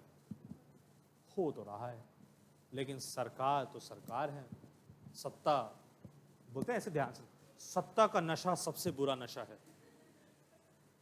कहते हैं दो ही चीजें, अगर इंडिया में भी बोले, अगर इंडिया की बात करें तो कहते हैं दो ही चीजें ऐसी हैं जो अगर आपके पास हैं तो आप बिल्कुल टॉप पर हैं। या तो आप इंडस्ट्रियलिस्ट बन जाओ, क्या बन जाओ? लाइक अंबानी, अडानी, रतन टाटा ऐसे, या फिर आप पावर में आ जाओ, पॉलिटिकल पावर में। दो ही चीजें हैं बस, सर फिर क्या बाकी सब बेकार है? मतलब सर जो हम लोग कर रहे हैं फिर वो, सर हम लोग तो एक लाइन बोलते हैं कि एक चार्टेड अकाउंटेंट, एक कंपनी सेक्रेटरी का एक ही काम है, बेईमानी का काम कैसे करना है? बेईमानी का काम कैसे करना है? ईमानदारी से। अगर तुम बेईमानी का काम ईमानदारी से करना सीख गए तो तुम अपनी जिंदगी में करोड़ों रुपए कमा लोगे। लेकिन अगर तुम बेईमानी का काम ईमानदारी से करना नहीं सीख पाए तो करोड़ों नहीं कमा पाओगे, कुछ जिंदगी तो बीता लोगे, ऐसी कोई दिक्कत नहीं है ना। चांदनी चौक में कुछ ऐसे चार्टेड अकाउंटेंट्स हैं, चांदनी चौक में, नाम नहीं लेता मैं, चांदनी चौक में कुछ ऐसे चार्टेड अकाउंटेंट्स हैं जिनके पास तुम आज 1,000 करोड़ रुपए लेके जाओ ना ब्लैक में, और बोलो मेरे को हफ्ते के बाद व्हाइट मनी चाहिए, वो व्हाइट में कन्वर्ट करके देंगे एक हफ्ते के अंदर, 1,000 करोड़ रुपए भी। और वो पता क्या कहते हैं? ऐसे 1,000 करोड़ है ना, 20% हमारा, मतलब 200 करोड़ हमारा, 800 करोड़ व्हाइट में कन्वर्ट करके दे देंगे। ऐसी एंट्रियां घुमाएंगे, कुछ ऐसा रूट करेंगे कि आपका 1,000 करोड़ पूरा कन्वर्ट हो जाएगा व्हाइट में, लेकिन 20% लेंगे। सर अगर एक बार भी हमने 1,000 करोड़ की ट्रांजैक्शन को कन्वर्ट कर दिया, 200 करोड़ अंदर रिटायर हो जाएंगे। काम आ गई पढ़ाई, छोड़ देंगे। अब 200 करोड़ खर्च भी तो करने हैं, खाली कमाना ही थोड़ी ना है। तो फिर सर ये ज्यादा बेटर है। लेकिन सर ध्यान से सुनो, है तो बेईमानी का काम, है तो बेईमानी का काम। क्या कर रहे हो, ब्लैक मनी को क्या कर रहे हो, व्हाइट मनी में कन्वर्ट। नुकसान तो हो रहा है देश का, लेकिन कुछ इस तरीके से करना है कि ईमानदारी से लगे, ये ना लगे कि बेईमानी का काम बेईमानी से हुआ है। क्योंकि अगर बेईमानी का काम बेईमानी से हुआ होगा तो पकड़ में आ जाओगे। काम ऐसे करना है कि पकड़ में ना आए, और तभी काम पकड़ में नहीं आएगा जब ईमानदारी से किया होगा। तो बेईमानी का काम कैसे करना है? सर क्या सिखा रहे हो, क्या ऐसा ही कुछ करना पड़ेगा? करना तो पड़ेगा। देखो सीधे सीधे काम करोगे तो फिर खाली उतना पैसा कमा पाओगे कि घर की रोटी चल पाएगी। थोड़ा सिस्टमैटिकली काम करो, सिस्टम में घुस के, और उसके बाद पता लगेगा कि हाँ ये लग्जरी आइटम आते कहाँ से हैं। अगर नॉर्मल तरीके से काम करोगे तो फिर बेसिक नीड्स फुलफिल होंगी, थोड़ा टेढ़ा मेढ़ा काम करोगे तो फिर लग्जरी आइटम्स घर पे आएंगे। लेकिन सर जब लग्जरी आइटम घर पे आते हैं ना तो इनकम टैक्स डिपार्टमेंट की रेट भी पड़ती है। पड़ेगी नहीं पड़ेगी? अब पड़ेगी तो है ही है, तभी तो बोल रहा हूँ ईमानदारी से करना। बेईमानी से करोगे तो फंसोगे, ईमानदारी से करोगे तो बच जाओगे। लेकिन इतना काम सीखने के लिए भी ना करते भी 15-20 साल का एक्सपीरियंस चाहिए। ऐसा नहीं कि तुम आज सीएस बने और अगले दिन ही तुमने बोला हाँ हाँ आने दो सारा ब्लैक मनी आने दो, कोई दिक्कत हम संभालेंगे। तुमने सीएसआर एक्सपेंडिचर का नाम सुना है सबने? सीएसआर एक्सपेंडिचर क्या था क्या sir? CSR corporate social responsibility. हर कंपनी के ऊपर जिम्मेवारी डाली गई कि सर आपको ये पैसा खर्च करना है। मान लीजिए कंपनी के ऊपर जिम्मेवारी आई कि उसको 80 करोड़ रुपए खर्च करना है। कितना खर्च करना है? देखो दिल को दुख तो होगी कि यार ये 80 करोड़ हमारा था, लेकिन हमको खर्च किस पे करना पड़ रहा है? सोसाइटी पे। हम नहीं भी करना चाहते फिर भी करना पड़ रहा है। जब आप नए नए कंपनी सेक्रेटरी बनोगे ना तो आपके पास बहुत सारी ऐसी कंपनियां आएंगी जो आपसे ऐसे बोलेंगी कि हमारे ऊपर इतने करोड़ खर्च करने की जिम्मेवारी आई हुई है, हम खर्च नहीं करना चाहते। ये बताओ बचा कैसे सकते हैं? और बचा तुम पाओगे नहीं बचा पाओगे, क्योंकि खर्च तो करना है।